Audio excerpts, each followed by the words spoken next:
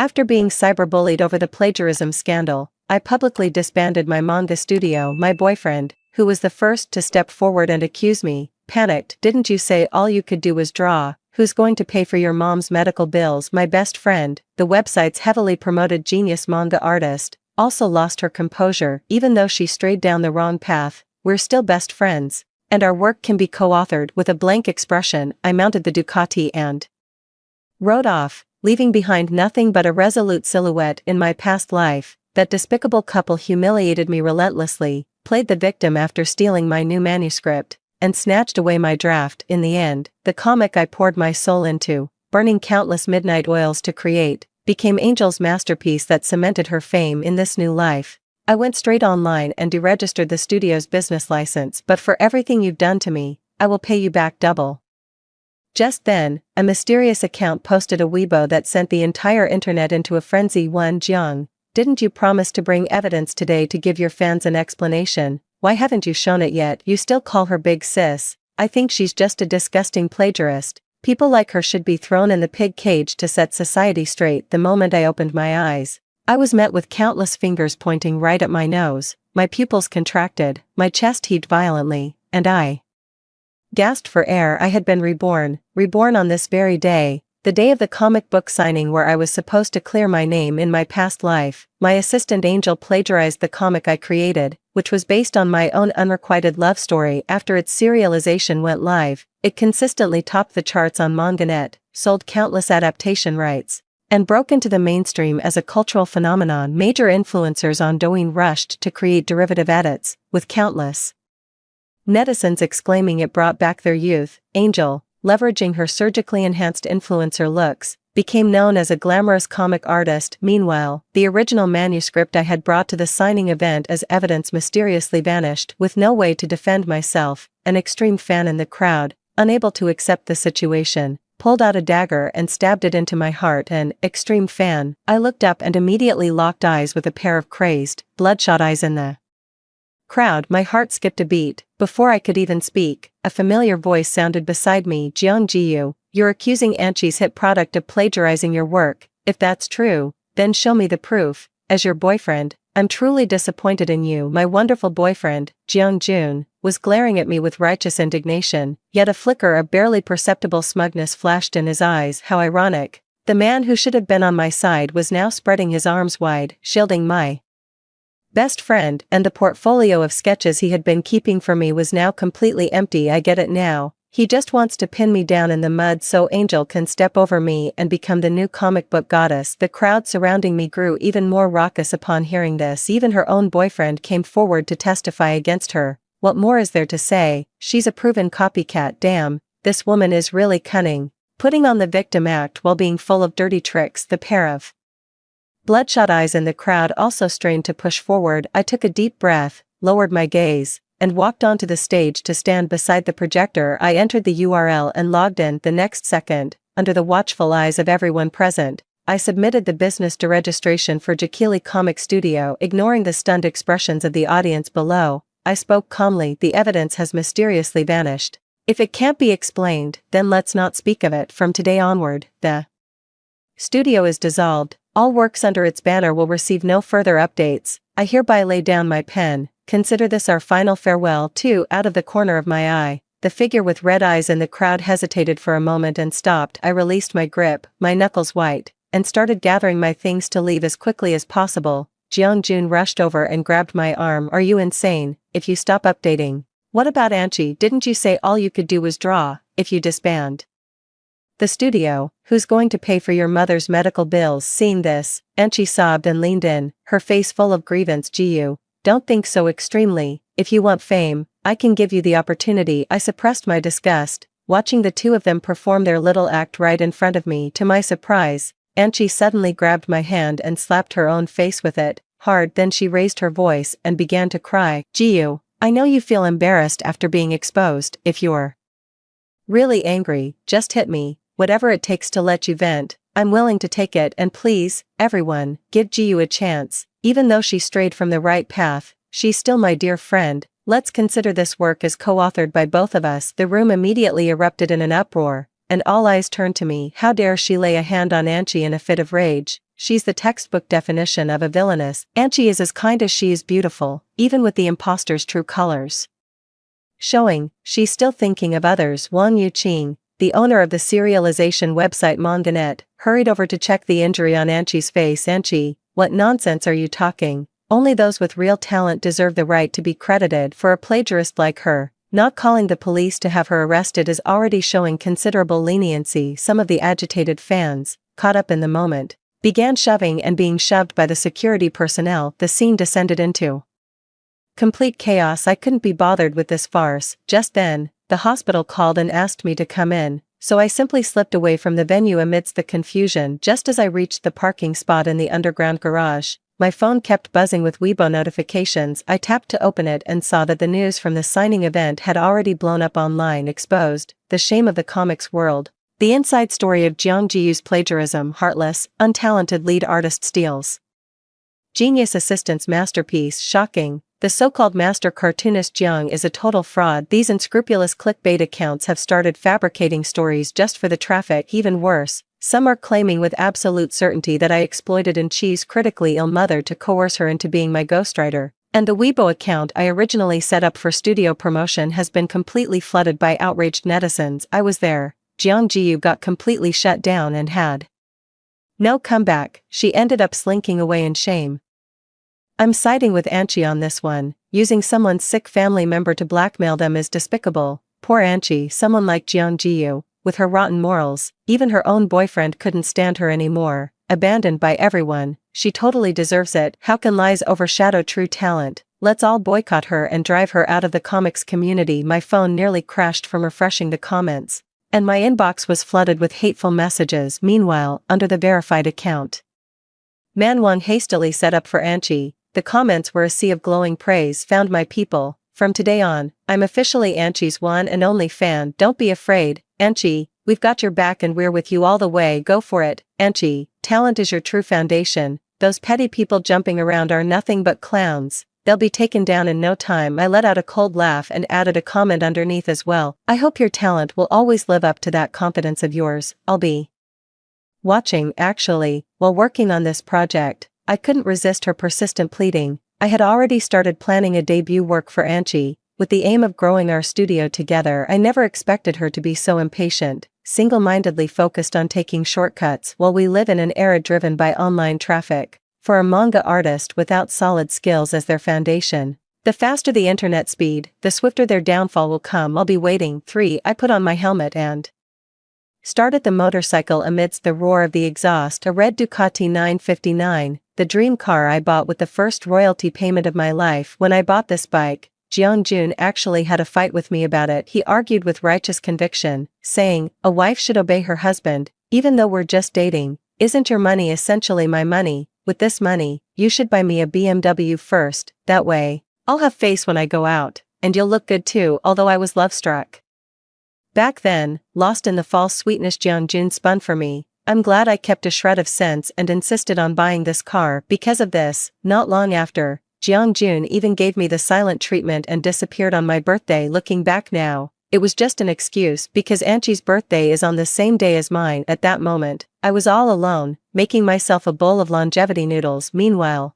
Anchi was proudly posting on her social media a photo of a man's hand holding a large diamond ring. Although that hand looked somewhat familiar, it never crossed my mind at the time. I even gave Angel a like when she privately sent me the photo. In the following months, Jiang Jun came over to mooch meals off me every single day, and even conned a sum of money from my credit card under the pretext of a sick elderly relative at home. I guess I have that diamond ring to thank for all that. Just as I was driving out of the underground garage, a figure suddenly darted out. I slammed on the brakes and saw Jiang Jun standing right in front of my car with Angel. Jiyu, we're best friends. If there's anything, we can talk about it in private. Anchi frowned slightly, her face a picture of concern for me. Jiang Jun sneered, his expression dripping with disdain. Talk about it? You really think she can just dissolve the studio if she says so? Her mother, that sickly woman, is still lying in the hospital. The monthly care costs are a bottomless pit. With her looks, if she didn't paint, she'd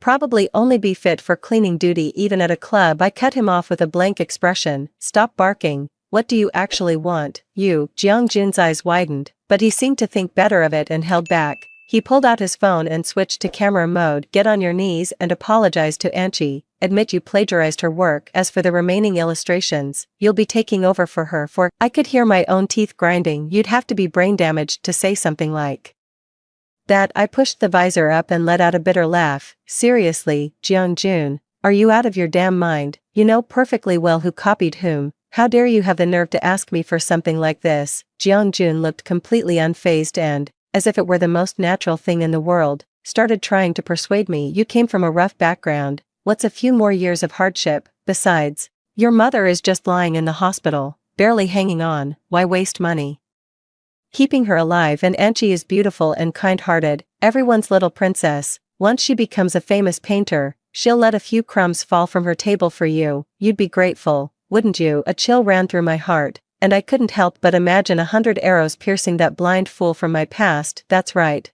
I lost my father when I was young and grew up in a single-parent household a few years ago. Right after graduating from university, my mother became a vegetable due to an accident. Back then, fresh out of school, I had a really tough time to cover my mother's medical bills. I gritted my teeth and took on multiple jobs. After a while, not only did I suffer from burnout, weight gain from sheer exhaustion, but my mental state also felt like a string about to snap. That's when Jeong-joon approached me under the guise of being an alumnus, and with his constant care and attention, he slowly worked his way into my heart. Later, I started earning some money from drawing comics. Aside from what went to the hospital and this car, I basically spent it all on him. My mother taught me from a young age to love someone for a lifetime, and I thought I had finally met the right person. Looking back now, there was no such thing as a destined encounter. It was all just a ploy he used to get close to Anchi. Seeing me lower my gaze, Jeong-joon thought he had convinced me, and his words became even more explicit. It's an honor that Anchi would take a liking to your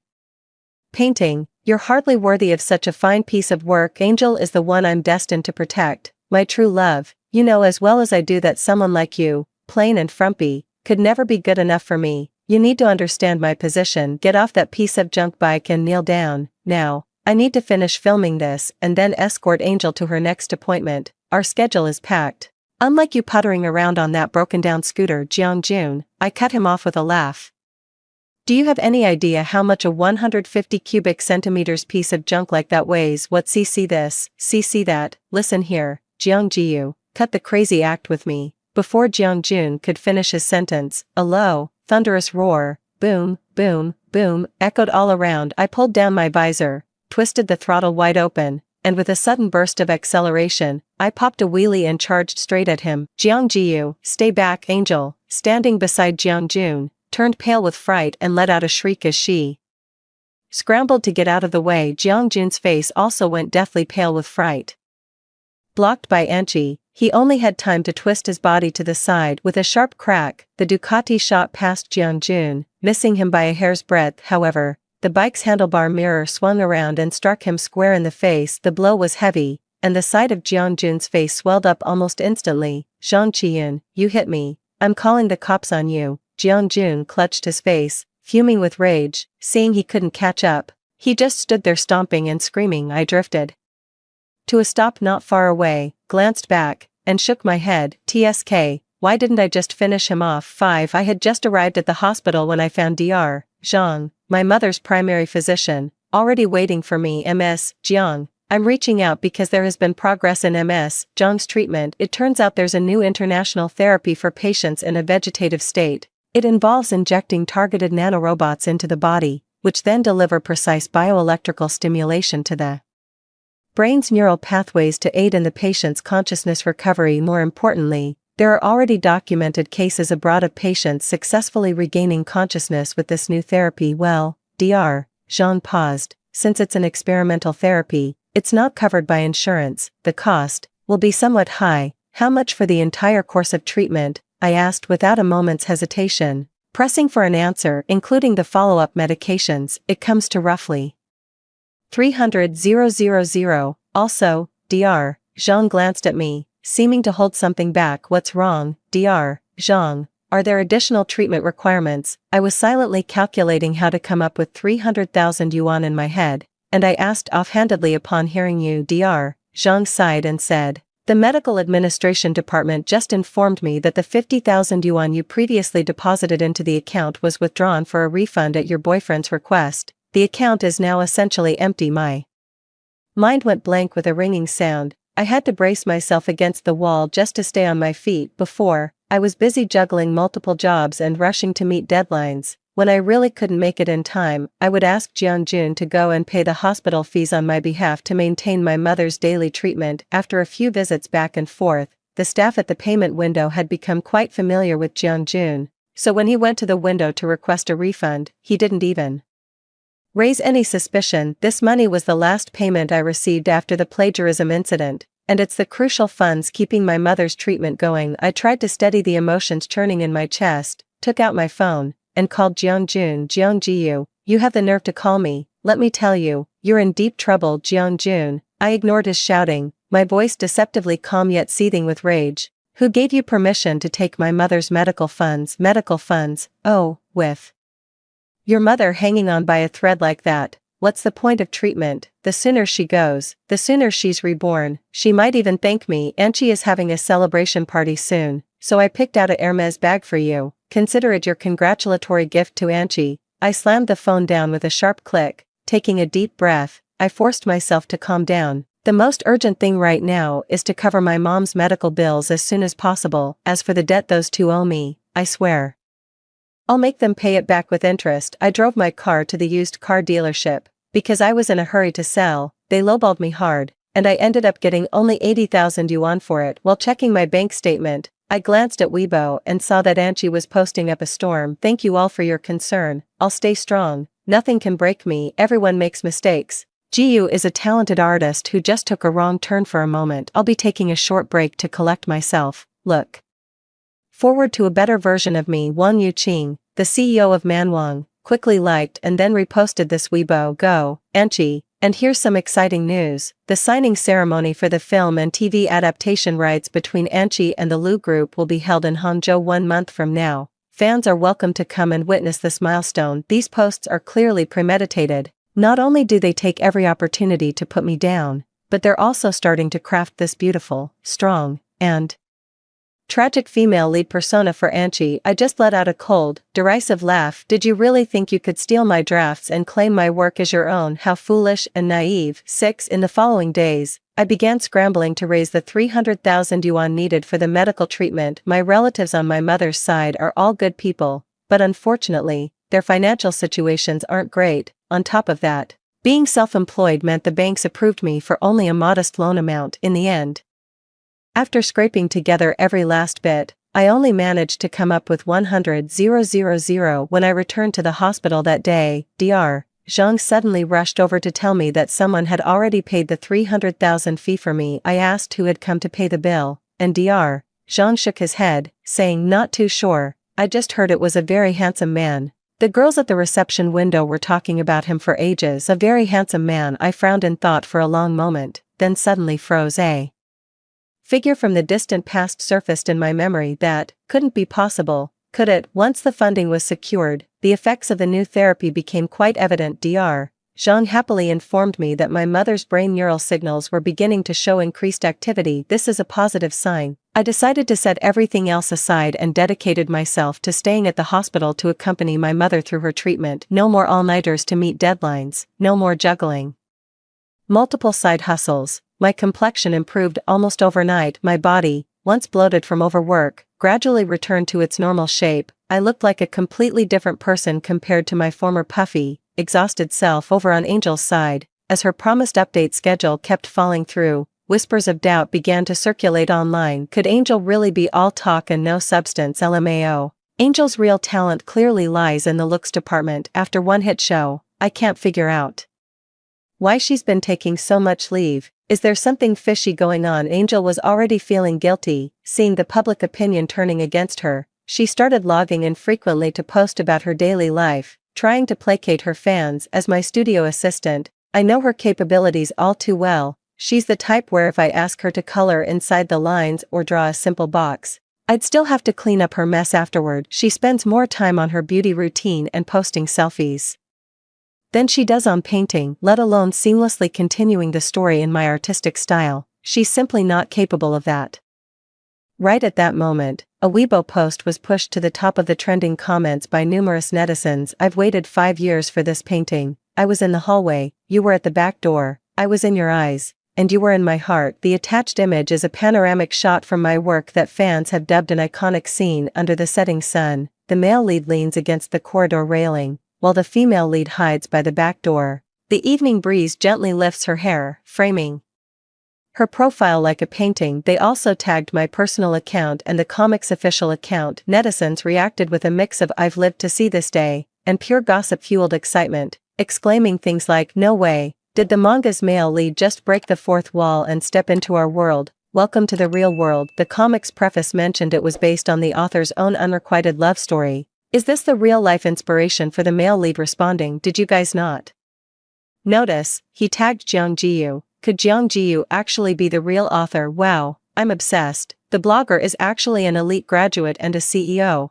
That's so perfect. My heart skipped a beat, and I immediately went to check the user's profile page. The username was Lululululu, and the profile picture was a black sun beneath a starry sky. The profile verification badge listed them as an Ivy League graduate and a partner at a top-tier foreign fund. At that moment, my mind went completely blank, leaving only a single name: Lu Xiaoyang. Lu Xiaoyang was my high school classmate, and he's also the inspiration for the male lead in my comic. I had a crush on him for 3 years, and he never knew. Right before the college entrance exams, I helped my mom run her griddle cake stall. A large truck came careening out of control. It was moving at terrifying speed. A direct hit would have been fatal. At the critical moment, he rushed from the roadside and shoved us out of the way as I was being lifted onto the stretcher. In my dazed state, I saw him lying on the ground, his face bloodied. He turned his head and gave me a faint smile. The hospital later confirmed that I was lucky and had only suffered minor superficial injuries. My mother, however, hit her head on the ground and lost consciousness, but at least her life was saved. Later, I heard that his old illness had flared up again because of these injuries, and his whole family immigrated to the United States for treatment. 5 years passed in the blink of an eye, and there has been no news of him since. Now, seeing this account that appears to belong to Lu Xiaoyang, I can't help but wonder, could that mysterious man from the hospital really be him? Meanwhile, as the suspected male lead's Weibo post seemed to confirm it, the online skepticism grew louder. Left with no choice, Angel somehow found a ghost artist to hastily produce an episode. However, the mediocre art style and absurd plot completely turned off the fans. A wave of scathing reviews flooded in, leading to a mass cancellation of subscriptions on MangaNet. So she posted her medical records to play the victim, mentioning that she had developed depression from the previous controversy and was in such low spirits that she couldn't create. At the same time, she urged her fans not to believe or spread rumors, promising to give them a satisfactory explanation soon. That day, while I was at the hospital providing routine care for my mother, I suddenly received a message from Wang Yuqing, the boss of Manwang Xiaojiang. "I'm arriving in Hangzhou soon, let's meet up somewhere. There are some misunderstandings we should clear up face to face." My breath caught. It seemed the bullet was finally about to hit its mark. After a moment of thought, I dialed a number 7. I had thought that Manwang was buckling under the pressure and preparing to set things right. I never expected that Wang Yuqing's reason for meeting me this time was to persuade me to keep ghostwriting for Anchi. In the tea house, Wang Yuqing toyed with a steel lighter, looking at me with an air of indifference. "Name your price, Xiaojiang. I heard you've scraped together the money for your mother's treatment, but you'll still need to pay it back, won't you? Things have already come this far. We're not giving up on Anchi. She's got the looks, the following, and she's obedient." At this point, Wang Yuqing unconsciously licked his lips, as if savoring some delightful memory. I lowered my gaze, cradling the hot tea on the table without a word. Seeing this, Wang Yuqing showed no urgency. He let out a contemptuous snort, though not a trace of mirth reached his eyes. "What's the damn truth worth? A few coppers. In this circle, they mock the poor, not the whore. Making money is nothing to be ashamed of. 1 million. All you have to do is finish the remaining illustrations to the required standard and sign a non-disclosure agreement." Wang Yuqing rapped his knuckles heavily on the desk, his gaze icy yet alluring. "It's simple. More importantly, your mother could live a comfortable life thanks to you." Hearing those words, my heart gave a little shudder. I have to admit, the words were foul, but they got the job done. These people always find a way to exploit your weaknesses, leaving no angle uncovered. Deal. I clenched the teacup in my hand, my knuckles turning white. Wang Yuqing let out a derisive snort, stood up, pushed open the private room door, and gestured with a please, after.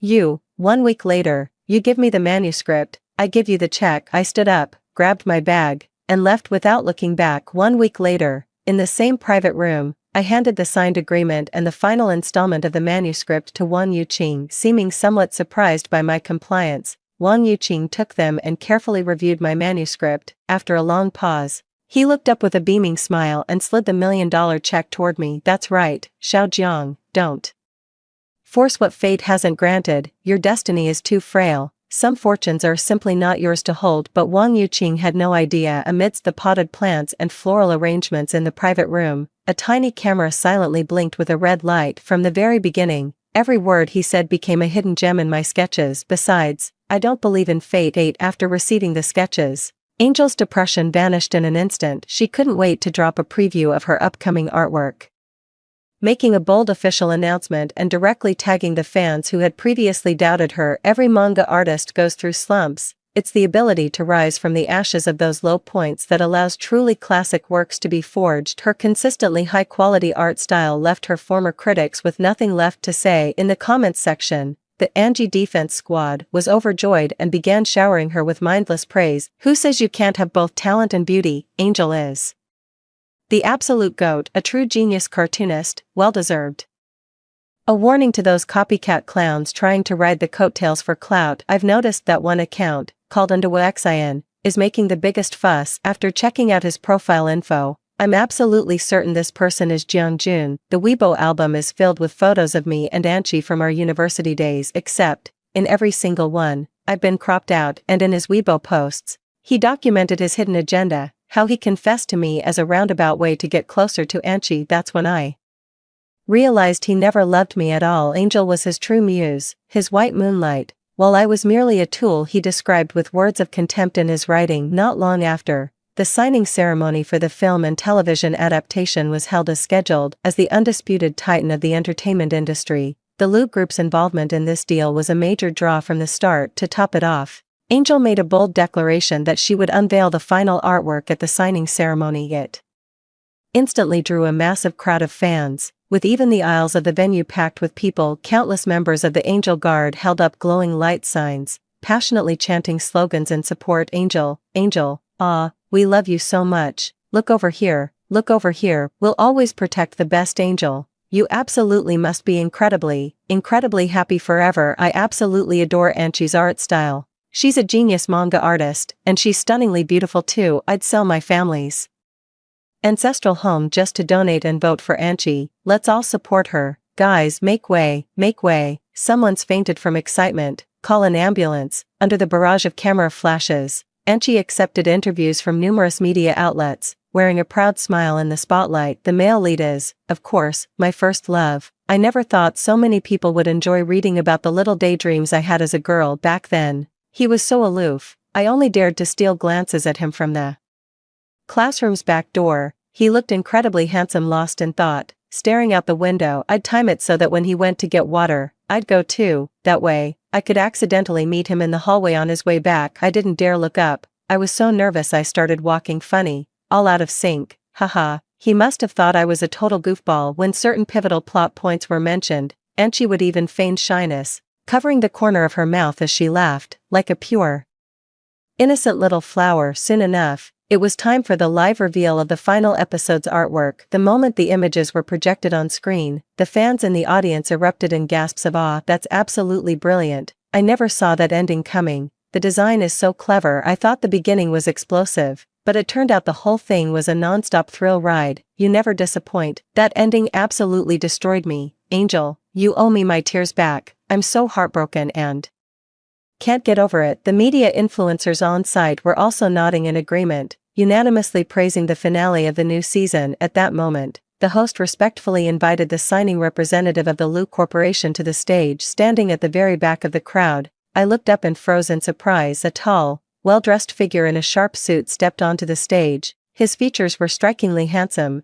a stern face, slender eyes, and an aristocratic air about him, like a noble prince straight out of a manga. After giving the host a slight nod, he quietly stood to the side with his hands clasped. At that moment, The host raised the microphone with great enthusiasm before the official signing. We also invited numerous renowned manga artists to show their support for Anchi's signing ceremony, and now, please watch the VCR. The next moment, the scene of Wang Yuqing arranging to meet me at the tea house was projected onto the large screen, the audio crystal clear. The venue instantly fell into a dreadful silence, the audience utterly stunned the moment Wang Yuqing uttered those words. Making money is nothing to be ashamed of. A wave of uproar instantly erupted from the crowd. Holy crap, isn't that Wang Yuqing, the boss of Manganet? Is he paying Jiang Jiyu hush money? It really is him. Could the author actually be Jiang Jiyu? Then what was Anchi talking about before, huh? Deceiving our feelings like that. Some genius manga girl, she is. What a load of crap. Fans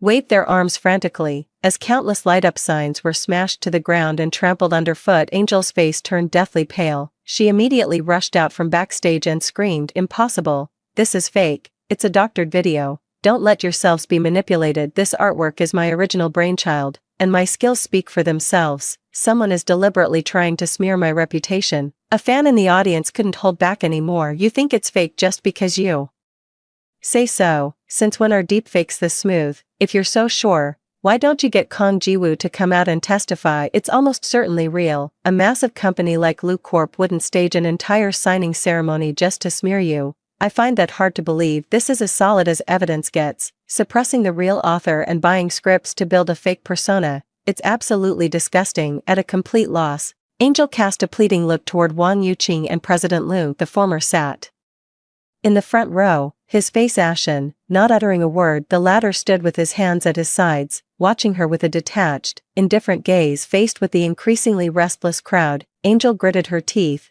As if suffering a grave injustice, she threw herself headfirst against a pillar at the edge of the stage and then crumpled to the floor. The entire venue descended into chaos in an instant. Jiang Jun fought his way through the crowd, his eyes bloodshot as he rushed to Anchi's side, frantically gesturing for the staff to call 120 as he carried Anchi out. His eyes immediately locked onto me standing by the main entrance. "Jiang Jiyu, it was you, wasn't it? You're the one who secretly recorded that video." Jiang Jun's face darkened as he roared, looking as if he was about to pounce and tear me to pieces any second. "How dare you? You're not even fit to lick Angel's boots. And yet you had the gall to use such despicable means to harm her. As for those pathetic sketches of yours, if Angel wanted them, you should have knelt and handed them over without a word. A lowborn toad like you dreaming of becoming a swan. I should have finished you off back then." He hurled the most vicious insults at me, but I shut him up with a single retort. "Jiang Jun, I heard your little princess is getting along quite well with Wang Yuqing. Did you know that?" Jiang Jun's face flushed crimson instantly, just as he was about to say something,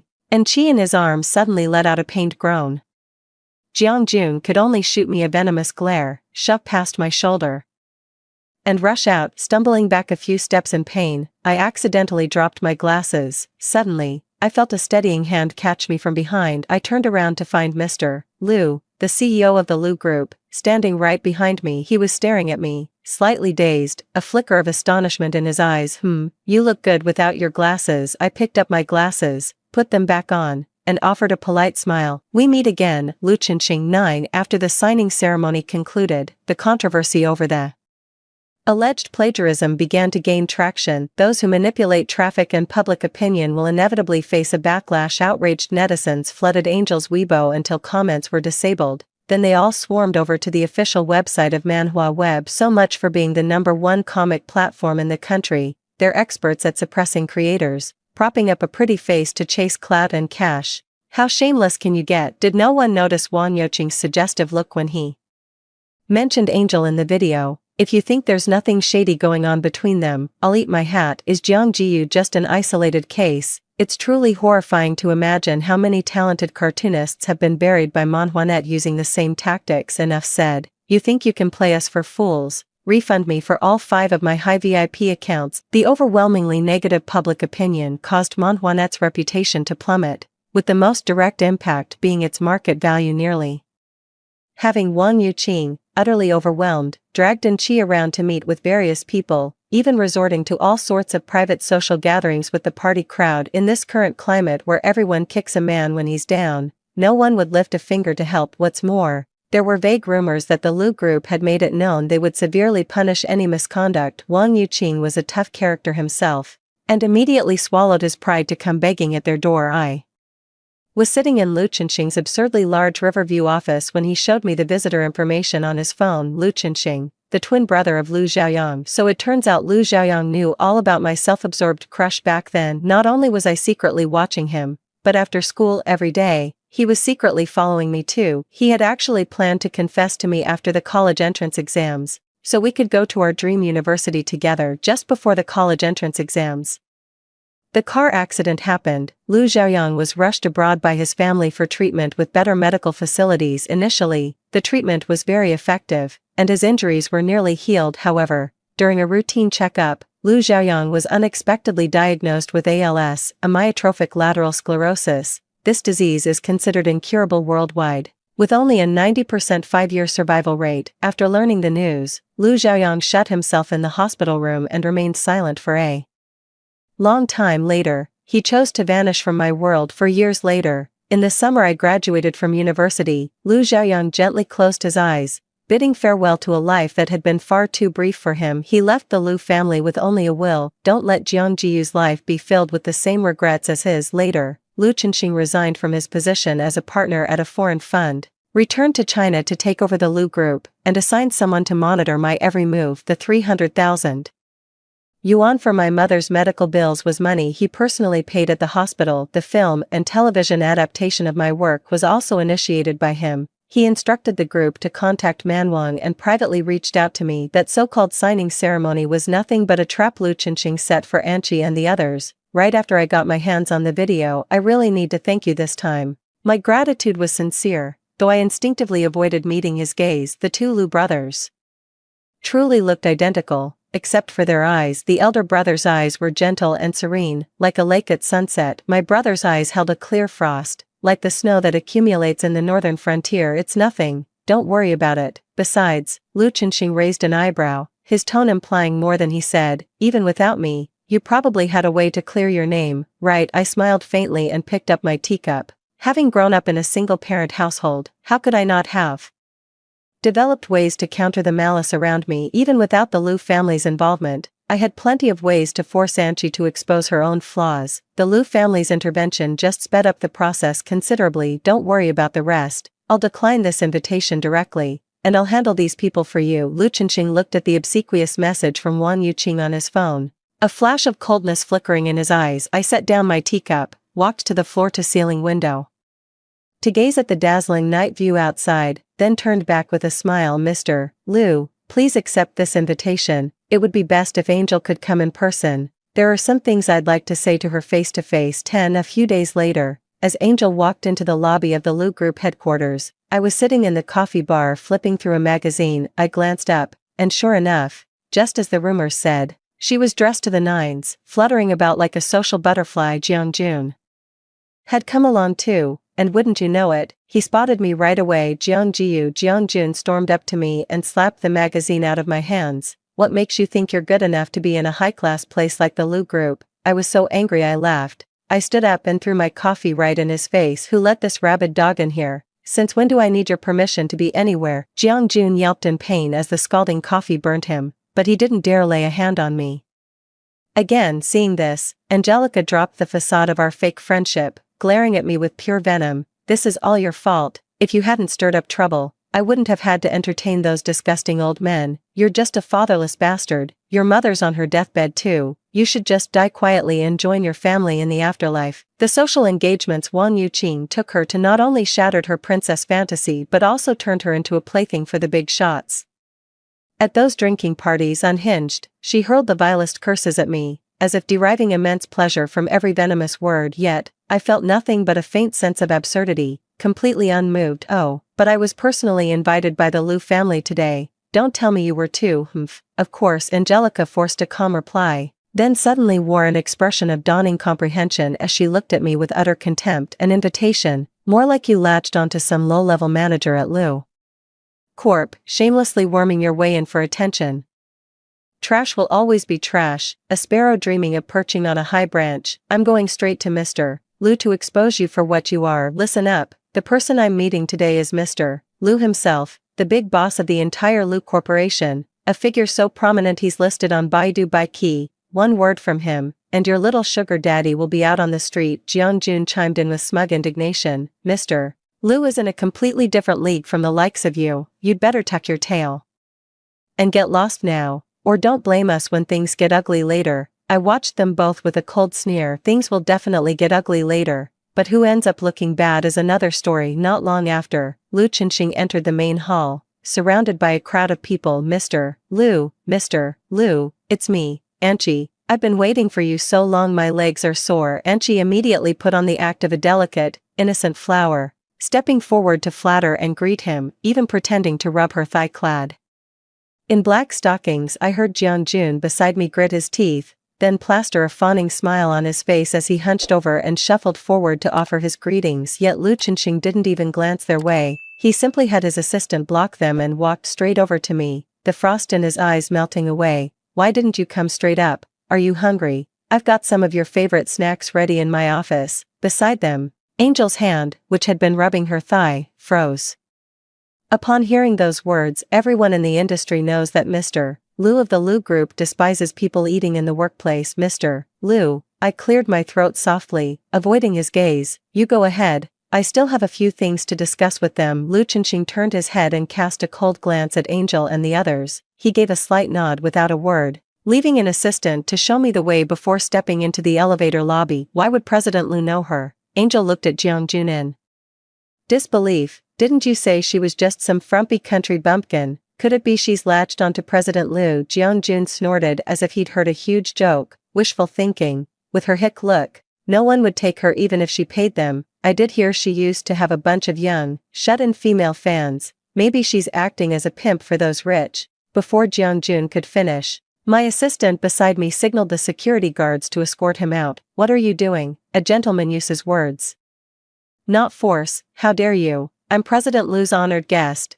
Don't you dare drag me." Two burly security guards unceremoniously hauled Jeongjun away, dragging him all the way to the fire escape. Soon after, faint but desperate screams could be heard, punctuated by Jeongjun's pleas for mercy. "I won't do it again. I won't. Don't hit my face. I need to see Mr. Liu. Help, Anchi." The sounds gradually faded, yet Anchi paid no heed to Jeongjun's plight. Her gaze was fixed solely on me, burning with a look of insane jealousy. "What underhanded tricks did you use to cozy up to Mr. Liu?" "Jeongjiu, I never thought you were this kind of person. Jeongjun was right about you all along." Seeing Lu Chenxing approaching in the distance, a vicious glint flashed in Chi's eyes. With practiced ease, she tore her own clothes into disarray, even ripping off her spaghetti straps. Then, wailing and crying, she ran towards Lu Chenxing. "Mr. Liu, save me. Jeongjiu threatened me not to expose her plagiarism scandal to you.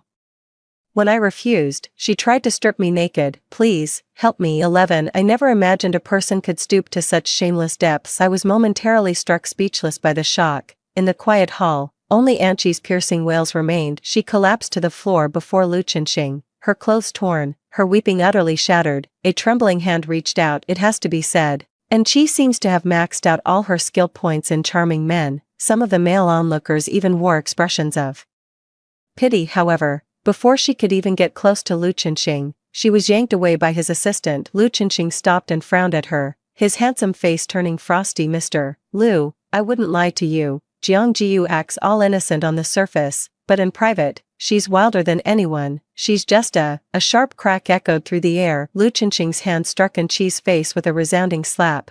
The icy glare in his eyes made everyone around them hold their breath. "How dare someone like you even utter Jeongjiu's name?" 5 distinct finger marks rapidly swelled and reddened on Chi's cheek, a stark testament to the force behind the blow. Even with her face buried in her hands, too afraid to make a scene, she still pleaded tearfully and stubbornly, "No, Mr. Liu, I was framed that day at the signing ceremony. Someone set me up." Lu Chenxing let out a cold snort, looking down at her with a hint of amusement playing on his lips. "Oh, then take a guess. Who do you think set you up?" Angel froze, her pupils dilating with shock. At that moment, Wang Yuqing rushed into the corporate lobby from outside. Gasping for breath, he held up a phone, his face contorted into a smile more pitiful than a grimace. "Mr. Liu, please let me explain. I truly had no idea you were the real-life inspiration for the male lead in Jeongjiu's comic." 12. At these words, Anchi's expression froze, and she immediately collapsed to the floor. Wang Yuqing raised his phone and declared with righteous indignation, "Mr. Liu, we We'll do everything in our power to clear up this misunderstanding with the utmost sincerity. I've specifically started a live stream using Anshi's work phone so that all the netizens can witness Ms. Zhang's vindication. You have to admit, Wang Yuqing's move was ruthless. Using the artist's own account to go live and admit to plagiarism is essentially torching the reputation of Man Wang himself, but it's clear Wang Yuqing knows which side his bread is buttered on. For the Liu family, crushing Man Wang wouldn't be much harder than squashing an ant. I opened my phone, and the moment I logged into Anshi's livestream, the screen was flooded with flying comments. The comment #sorry Jiangjiu flooded most of the screen. Meanwhile, in the comment section below, netizens were overwhelmingly calling for my comeback. Seriously, is Jiang Jiyu the real artist? Please don't tell me this is another scandal. The CEO of MangaNet admitted it live on stream. It's as solid as it gets. I knew something was off. When Angel started updating again, thank goodness the truth came out. A million signatures beg for Jiyu's comeback. Can't wait for Jakili's new work. Jiyu, please, come back soon. I'm practically withering away without your comics to go with my meals. Sensing the shift in the room, Wang Yuqing quickly pointed at the despondent Angel on the floor, claiming he had been deceived into pushing her into the spotlight. It's all because this imposter Angel put on such a convincing act that we were all fooled, Wang Yuqing lamented.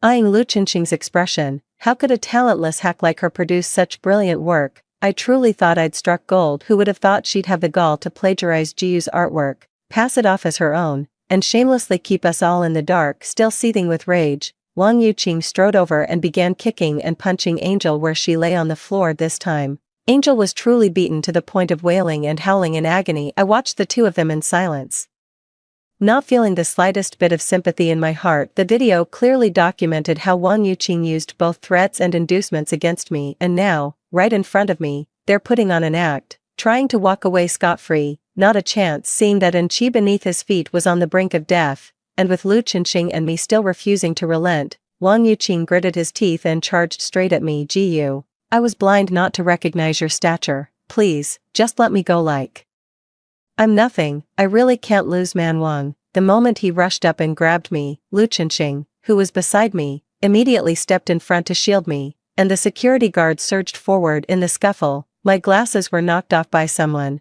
and the wind swept through the bangs on my forehead. The moment my face appeared on the live stream, the already buzzing comment section absolutely exploded. Oh my god, oh my god, oh my god, am I seeing this right? Jiang Jiyu's features are actually this stunning. Ahhhh, what kind of god-tier beauty is this? She looks like a completely different person compared to before with those big black frames and blunt bangs. Hiss, that's a top-tier face straight out of a manga. Damn those glasses for sealing away Jiyu's true beauty. I'm a fan now. For real, I'm complete. Jiang Jiyu is the ultimate fantasy of our 2D world. From now on, I'll be looking at her work through the lens of the artist herself. Uncomfortably, I raised a hand to shield my face, avoiding the astonished stares of the crowd. I've always known I was good-looking. As a kid, relatives and neighbors never stopped complimenting me, and in school, boys would often gather just to catch a glimpse. However, after graduating from university, to avoid certain unnecessary hassles in both my personal and professional life, I got into the habit of wearing black-framed glasses, even obscuring my features. As a female manga artist, I know all too well that relying on looks and character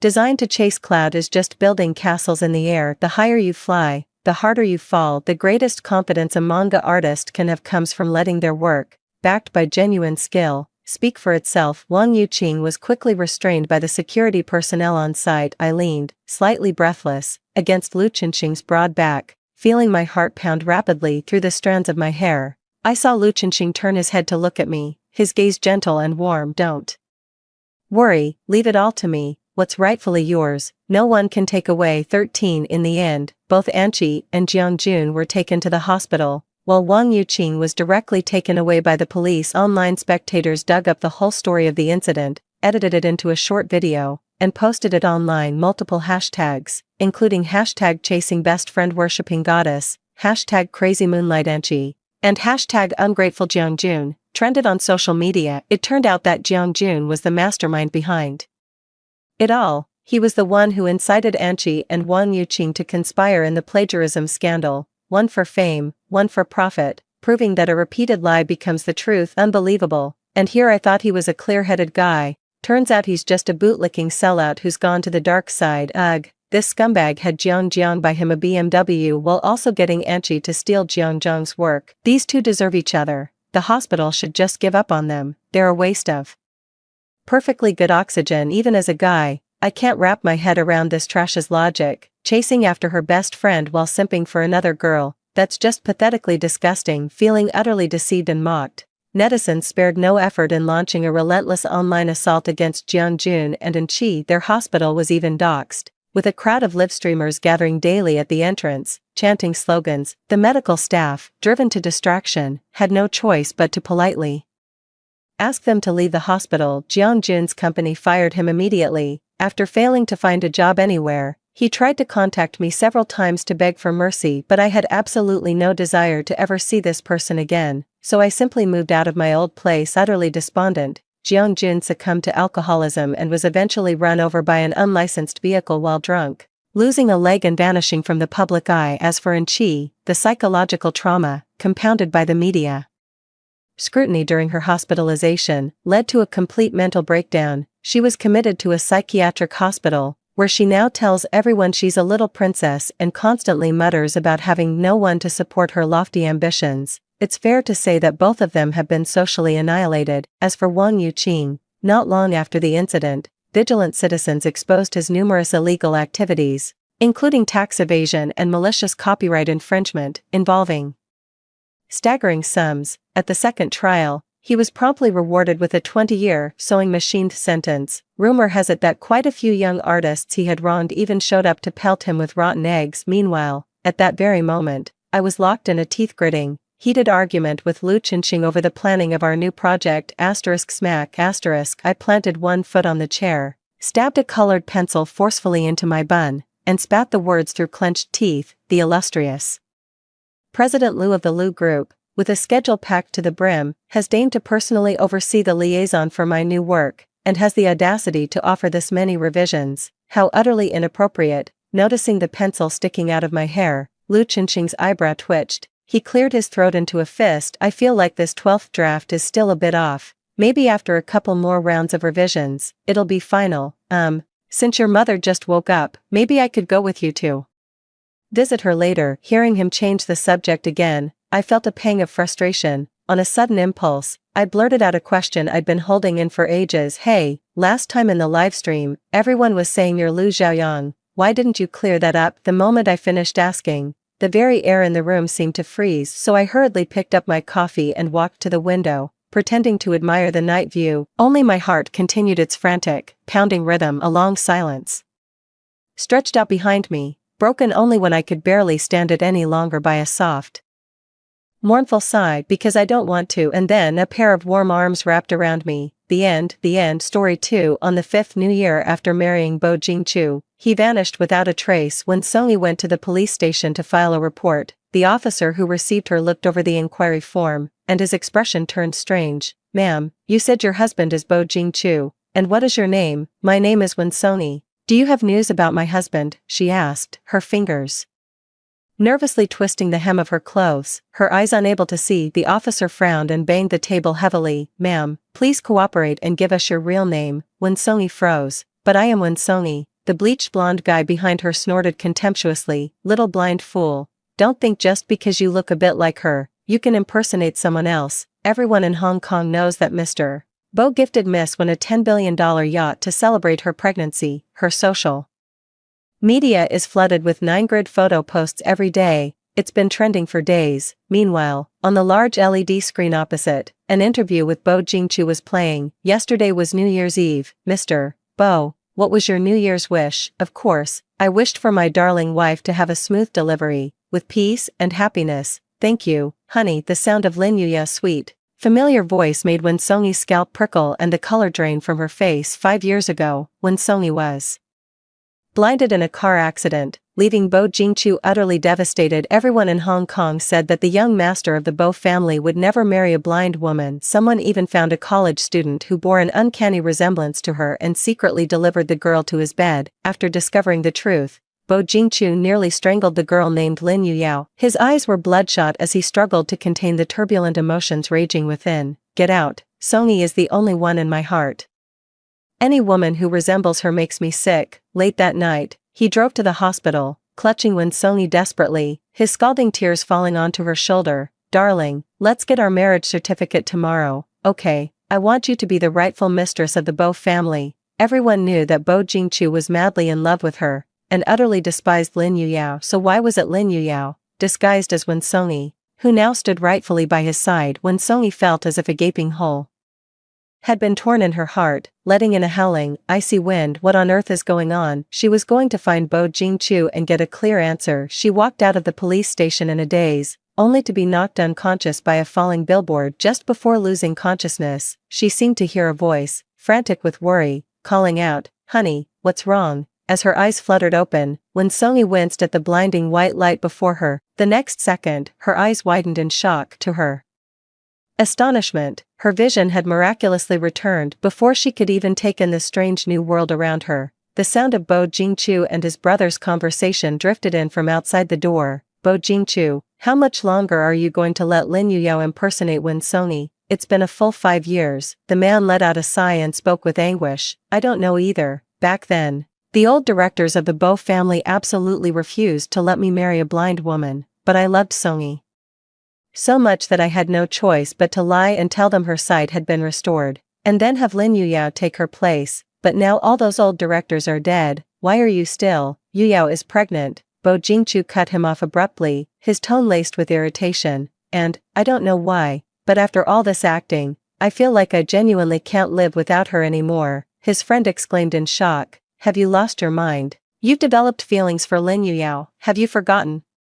The drunk driver responsible for that accident all those years ago was Lin Yuya's alcoholic brother. If it weren't for him, Winsongi would never have lost her sight. If Songi were to find out about all this." "Enough," Bo Jingchu snapped, his brow furrowed deeply. "Yuyao is innocent. Her brother's crime has nothing to do with her. I've already had that drunkard thrown in prison. He's never getting out, after losing her sight. Songi rarely goes out, there's no signal here. She lives in this castle I've meticulously built for her, and she'll never discover the truth in this lifetime." Inside the room, Winsongi clenched her teeth, her face streaked with tears. Though the castle was perpetually warm as spring, a bone-chilling cold seeped into every fiber of her being. She pulled a stack of exquisite portraits from her bedside, all painted by Bo Jingchu himself, depicting her and their shared past. The first photo shows Bo Jingchu meeting her during a desert expedition. He broke his leg, and she cared for him for 3 days and 3 nights. The third photo captures Bo Jingchu climbing a 4,000-meter snow-capped mountain alone to pick a snow lotus for her,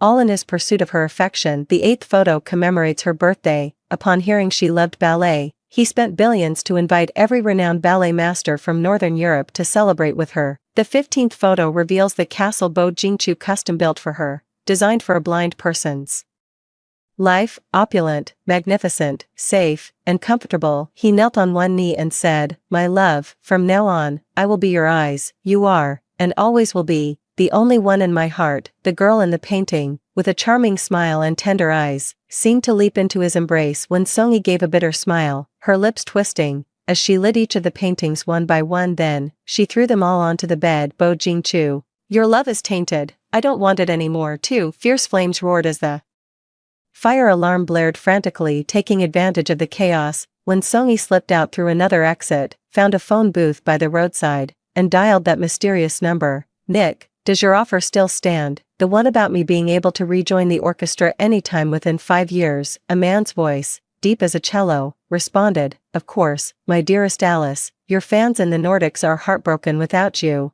but my situation is a bit complicated. It'll take 3 days to sort out the paperwork to leave the country." "How do you plan to leave Hong Kong?" "From what I know, Bo won't let you go without a fight." Winsongi's eyes flickered. "I'll give him a gift, my own corpse." Didn't Bo Jingchu have someone else play the part of Winsongi for her? In that case, she would vanish from his life completely and utterly. Suddenly, a pair of warm, large hands swiftly encircled her waist. Bo Jingchu buried his head in her shoulder, his voice trembling with fear. "Darling, thank God you're all right. If anything had happened to you, I wouldn't want to live either." "Sis, brother Bo thought you were still inside. He said you couldn't see and was desperate to go in after you." The fire was raging so fiercely, a chandelier almost crushed him to death in there. His good buddy patted his own chest. his face a mask of lingering terror. It was only then that when Songyi noticed, Bo Jingchu's arms were covered in burns, his clothes torn in a large patch, and his eyes were bloodshot from the smoke her breath caught, and a sharp,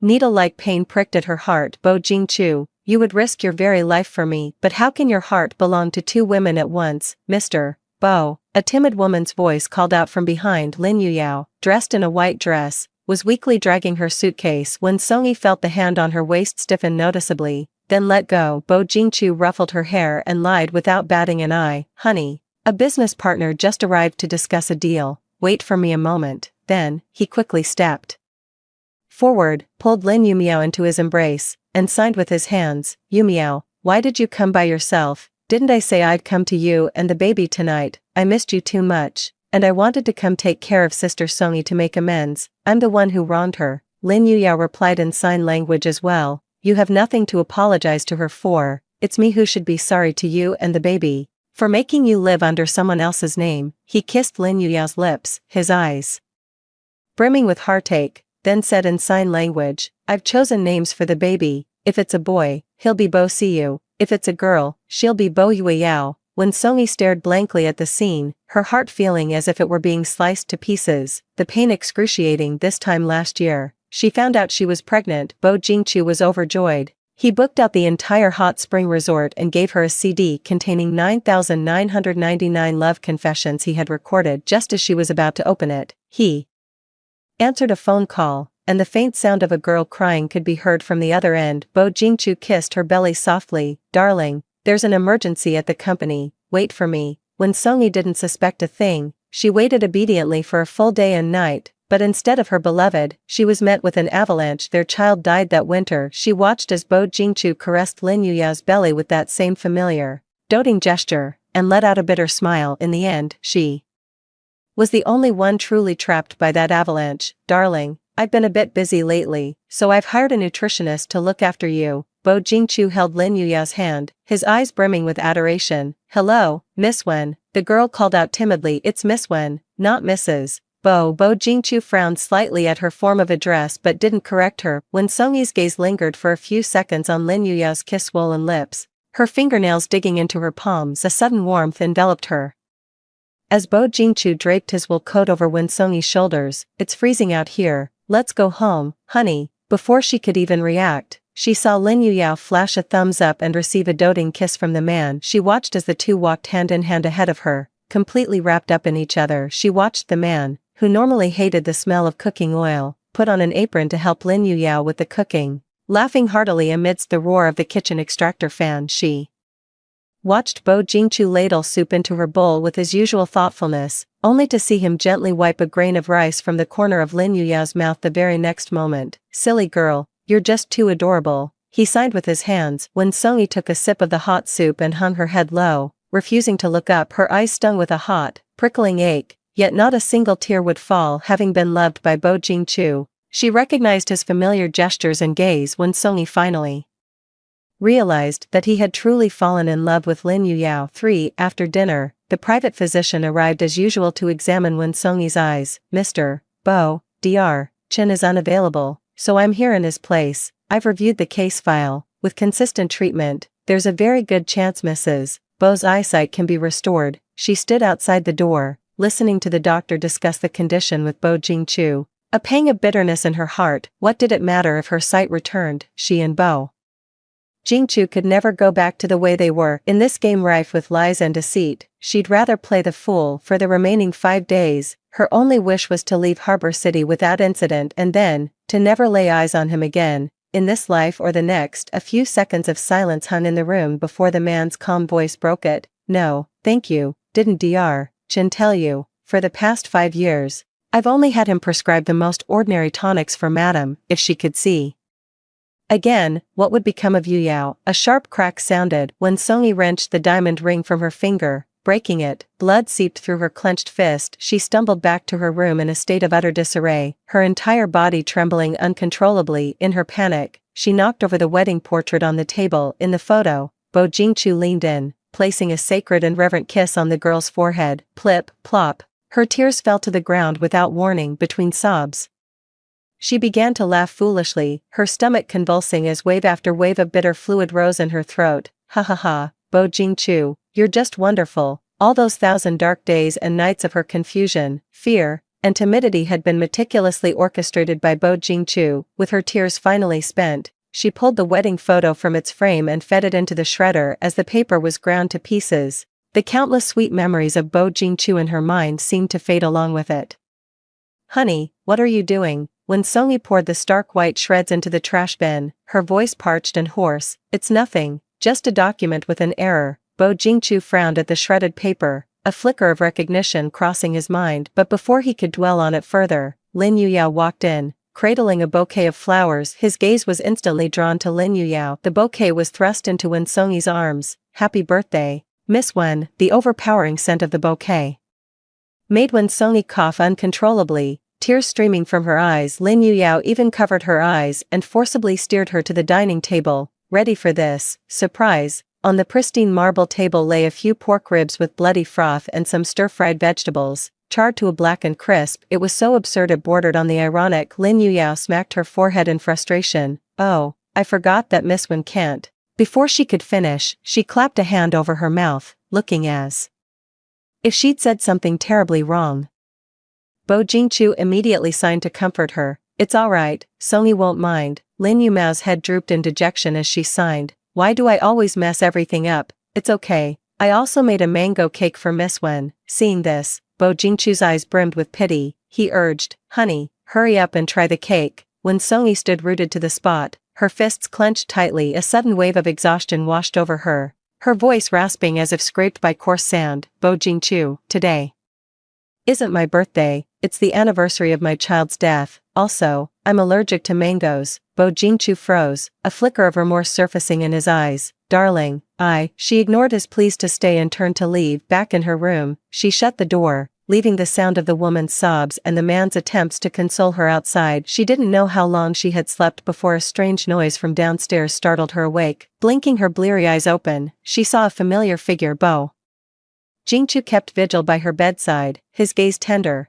Darling, you're awake. I made you some jujube paste and Chinese yam cakes. Would you like to get up and have a little? When Songi gently avoided his touch, no, thank you, I don't have an appetite. His hand froze in midair, and he let out a soft sigh. Darling, don't lie to me, you're still upset, aren't you? Once things settle down, how about I take you to a concert? When Songi turned her face away, staring silently at her curled hair ends. Seeing this, the man pursed his lips, his handsome brows knitting slightly. He took Wen Songi's hand. Darling, the little girl has arranged an animal performance to make it up to you. She frowned slightly, about to refuse, but Bo Jingchu swept her up without a word and carried her downstairs. The night in the first lunar month was bitterly cold. Wen Songi wore only thin pajamas, her small face pale from the cold, a pallor hidden by the deep night. Shivering uncontrollably, she saw the man holding clothes in his arms, walking straight towards Lin Yuyao. He helped her into the thick protective suit, fastened her gloves, and secured her helmet. Finally, with immense tenderness, he kissed Lin Yuyao on the cheek. Yuyao, don't push yourself too hard, you and the baby are what matter most.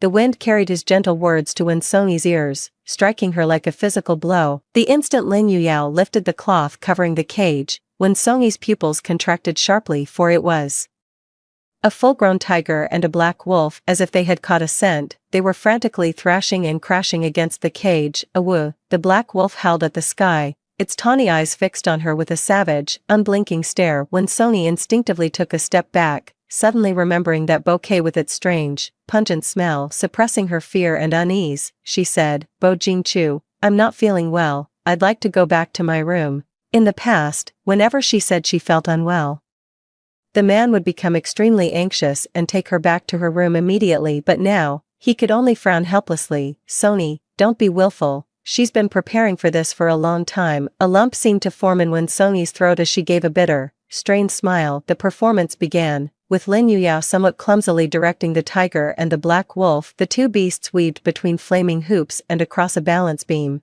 and for the moment, everything seemed to be going smoothly. Great, that was wonderful. Bo Jingchu kept applauding, his gaze resting on Lin Yuyao. Filled with deep affection, he completely failed to consider that Wen Songi couldn't even see this performance meant to apologize to her. But that wasn't even the most important part. The panic in Wonsong's heart grew increasingly intense, her hands trembling more and more, for she alone knew that the tiger and the black wolf were glancing back at her with increasing frequency, and in their eyes was a savage, ravenous hunger. She retreated imperceptibly, one step, then another. She was on the verge of moving out of their striking range. A sharp scream pierced the air. Ah! The figure on the command platform lurched violently. Lin Yuyao tumbled down, the chains in her hands slipping free. At the same moment, the tiger and the black wolf suddenly erupted into frenzied roars. Yuyao, Bo Jingchu lost control and roared, charging forward like an unsheathed blade. The moment he left, Wonsong was left completely exposed before the two beasts. The tiger and the black wolf's frenzied movements suddenly halted, baring their sharp fangs at her. Wonsong's pupils contracted sharply, her breath caught in her throat. In an instant, two massive dark shapes lunged at her. Pain, unbearable pain, the excruciating agony of having her insides crushed. A death rattle of a scream tore from Wonsong's throat. A crimson haze filled her vision. In the blurred distance, a man shielded Lin Yuyao tightly in his embrace. When she opened her eyes again, Wonsong found herself in the VIP ward of a hospital owned by the Bo family. A sharp pain in her chest and leg forced a muffled groan from her lips. Don't move. The nurse pressed down on her shoulder. You're incredibly lucky. You have 3 broken ribs and a liver hemorrhage. Last night, there was only Dr. Zhang in the ER, and the family of another patient insisted he see their wife first, saying she was pregnant. Fortunately, she only had superficial abrasions, so it didn't delay Dr. Zhang from treating you. By the way, where are your family members? Wonsong felt as if her entire body had been run over by a truck, her voice dry and raspy. I don't have any family. The nurse froze for a moment, her eyes instantly softening with pity. Lin Yuyao's voice came from outside the ward. Jingchu, I'm so sorry. I truly don't know why they suddenly went out of control. It's my fault that Miss Wen got hurt. Yuyao, this isn't your fault. You're hurt yourself. The man kissed away the tears at the corner of her eye. You're carrying our baby. No crying. Be good and go back to your room to rest. Lin Yuyao sobbed even harder. I don't want to go back. I want to make it up to Miss Wen. Hearing the word make it up for the 3rd time, Wonsong couldn't take it anymore. She raised her hand and smashed a cup. The noise outside fell silent, and Bo Jingchu hurried in. Sweetheart, do you want some water? Let me pour you a glass. Seeing the genuine concern on his face, Wonsong suddenly felt utterly exhausted. Did you check? Why did they suddenly go berserk? Her voice was hoarse, a final glimmer flickering in her eyes. The tiger and the black wolf had clearly caught a scent, which is what drove them into a frenzy, and their target was her, and her alone. It was just an accident, Bo Jingchu replied without a second thought, tucking the blanket around her. Focus on getting better, don't dwell on it, alright. The light in Wonsong's eyes went out completely. She stared at him for a long time, her heart aching with a dull, throbbing pain. 3 years ago, she had gone out alone to rescue a mother cat giving birth in a torrential downpour. Little did she expect to run into a gang of thugs who had sinister intentions towards her. Bo Jingchu arrived just in time to see the ringleader grabbing her arm and dragging her into the alley. Fury flashed in his eyes. Beat them, leave them barely breathing. The screams in the alley lasted a full 3 hours, and the blood nearly stained the ground red. Wonsong had never seen him so furious. In the end, the whole group was sent to prison. The man who laid a hand on her had his arm broken and was tortured to death inside. But now, she was nearly beaten to a pulp and almost lost her life. Yet he didn't even bother to investigate, let alone harbor the slightest suspicion towards Lin Yuyao. A profound stillness settled in Wonsong's heart. She turned her face away calmly and said, I understand. Bo Jingchu sensed something was off. But before he could dwell on it, he heard the commotion coming from Lin Yuyao's hospital room. He stood up hurriedly. Darling, I'll go prepare something for you to eat. Wait for me. Wonsong simply lay there quietly, not even sparing him a glance. 5 Bo Jingchu left, and never returned. Exhausted and starving, she fell into a deep sleep. Even in her dreams, she seemed troubled by sorrow, her brow faintly furrowed. Wonsong was jolted awake by a sharp, stinging pain in her arm. Looking down, she saw it was wrapped in a large, blood-soaked bandage. I'm here to change your dressing. You've just had a skin graft, the nurse said, producing a fresh bandage. A skin graft? She asked, stunned. Mrs. Bo in the next room scraped her arm. So, Mr. Bo had a piece of your skin grafted onto hers. The nurse sighed. It just goes to show how different people's fates can be. If Mrs. Bo gets so much as a scratch, Mr. Bo is beside himself with worry, not like the rest of us. Wen Songyi's face turned deathly pale, her heart feeling as if half of it had been carved out with a dagger. Her lips trembled as if she had swallowed a live coal, a damp glimmer in her eyes. Could you please help me apply for a transfer to another hospital? A transfer. The man pushed the door open and strode in, his arms laden with nutritional supplements and Wen Songyi's favorite treats. He took off his overcoat and personally washed her hands and feet. He then washed some fruit and fed it to her. He even meticulously followed a recipe, attempting it no less than 10 times to prepare the most delicious and nutritious meal for her. Sweetheart, be a good girl and eat up, get well soon. He scooped up a spoonful of soup, carefully blew on it to cool it down, and only then brought it to her lips, attentive, considerate, and gentle, just as always. When Songyi watched it all, her heart growing colder by the day, because she knew Bo Jingchu's love had long since changed. He would always feed Lin Yuyao the most delicious portion from every nutritious meal. He would press his ear against Lin Yuyao's belly again and again, his face full of anticipation.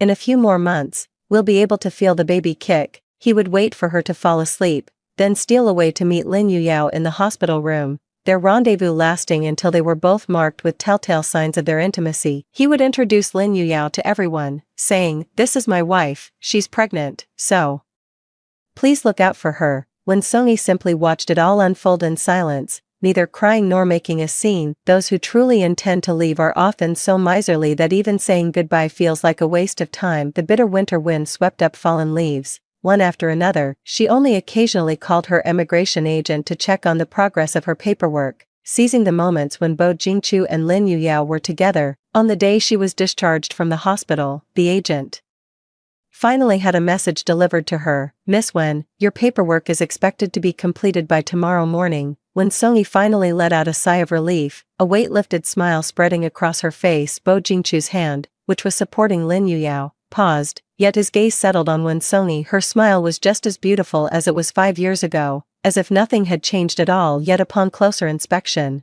one could notice a trace of melancholy between her brows. A strange, indescribable feeling stirred in his heart. Instinctively, he drew Wen Songyi into his embrace. "Darling, cheer up, I'll always be here for you." Wen Songyi subtly evaded his touch and offered a faint smile. "I'm fine." Bo Jingchu suppressed the unease in his heart, planting a kiss on her forehead. "Alright, let me take you home." On the drive home, Bo Jingchu's gaze never left Wen Songyi. Just as he was about to take her hand, Lin Yuyao's piercing scream cut through the air. "Look out!" Bang!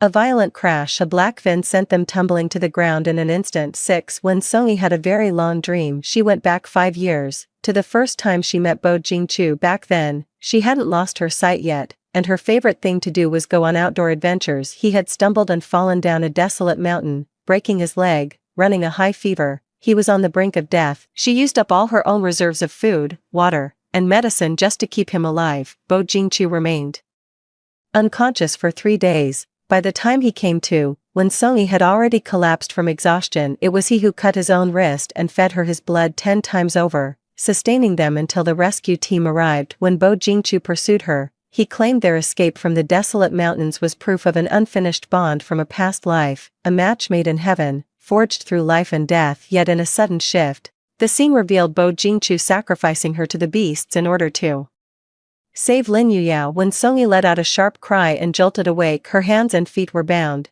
and a black cloth covered her eyes, leaving her in complete darkness. I could just faintly hear someone speaking. "Mr. Bo, your Bo family seized our Wang family's land, driving my family into bankruptcy. Don't you think you should pay a price for that? Wang Xinghe, you dare to kidnap me, you're looking for death." It was Bo Jingchu's voice. Wang Xinghe let out a maniacal laugh, his voice unhinged. "Even if I die, I'm taking you down with me, but simply killing you would be letting you off too easy." He stared at Wen Songyi for a moment before a cruel smirk twisted his lips. "How about we play a little game?" he said with a chilling grin. Bo Jingchu clenched his fists, a palpable menace seeping from his eyes. "I have 3 little punishments here, you get to choose. President Bo, who will you save?" With a wave of his hand, Wen Songyi and Lin Yuyao were forcibly dragged to Wang Xinghe's side.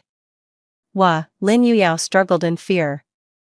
When Songyi gritted her teeth, enduring the sharp pain of the gravel scraping her back, Bo Jingchu's veins bulged on his forehead as he witnessed the scene. "Let them go. This is between you and me. There's no need to involve anyone else." Wang Xinghe paid no heed. "First punishment, the sea will rush in." Bo Jingchu's breath hitched, whatever you want, I'll give it to you, just let them go. Enough talk. Wang Xinghe's gaze turned vicious. Since you won't choose, I'll throw them both into the sea for the sharks. The words had barely left his mouth when Wen Songyi and Lin Yuyao were both kicked into the icy seawater. No, Bo Jingchu roared in an instant. The briny, fishy taste of the seawater flooded her mouth and nose, and a suffocating sensation clamped down on Wen Songyi. She struggled beneath the surface, her lungs feeling as if they were being ripped apart. They were thrown in and dragged out again and again, 3 times in total. Wen Songyi was already on the brink of death just as Wang Xinghe signaled his men to throw them in for the 4th time. Bo Jingchu's eyes burned crimson and his voice turned hoarse. Wang Xinghe, stop, I'll choose. Oh, who will Mr. Bo save, Wen Songyi or Lin Yuyao? Bo Jingchu's gaze wavered between Wen Songyi and Lin Yuyao for a long time before finally settling on Wen Songyi. I choose. 7. Lin Yuyao let out a pained whimper. The cloth gag fell from her mouth as she began to weep miserably. Bo Jingchu, save me, save our child. In an instant, the words died in Bo Jingchu's throat. He closed his eyes. After a long moment, his voice came out hoarse. Lin Yuyao. At that moment, all strength drained from Wen Songyi's body. Wang Xinghe let out a maniacal laugh. Excellent, what boldness, President Bo. He personally grabbed Wen Songyi by the hair and threw her into the icy seawater 4 times, 5 times, 6 times, until the 10th. Bo Jingchu could bear it no longer. His eyes bloodshot. Are you trying to torture her to death?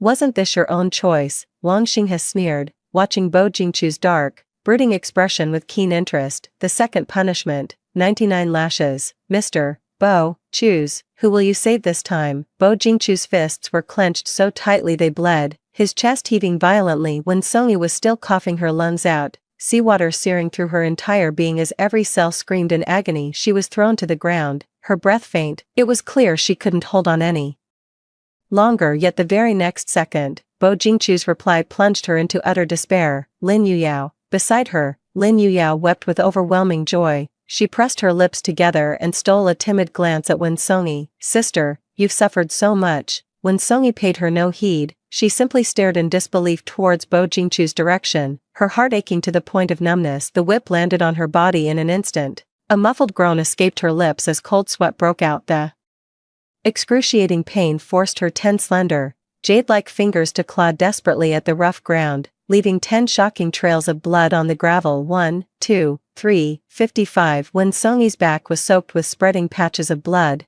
and she nearly lost consciousness. Bo Jingchu watched the scene unfold before his eyes, his heart feeling as if it were being torn apart. Stop, I said, stop hitting her, he roared in despair, breaking free from the restraints and lunging toward Wen Songyi.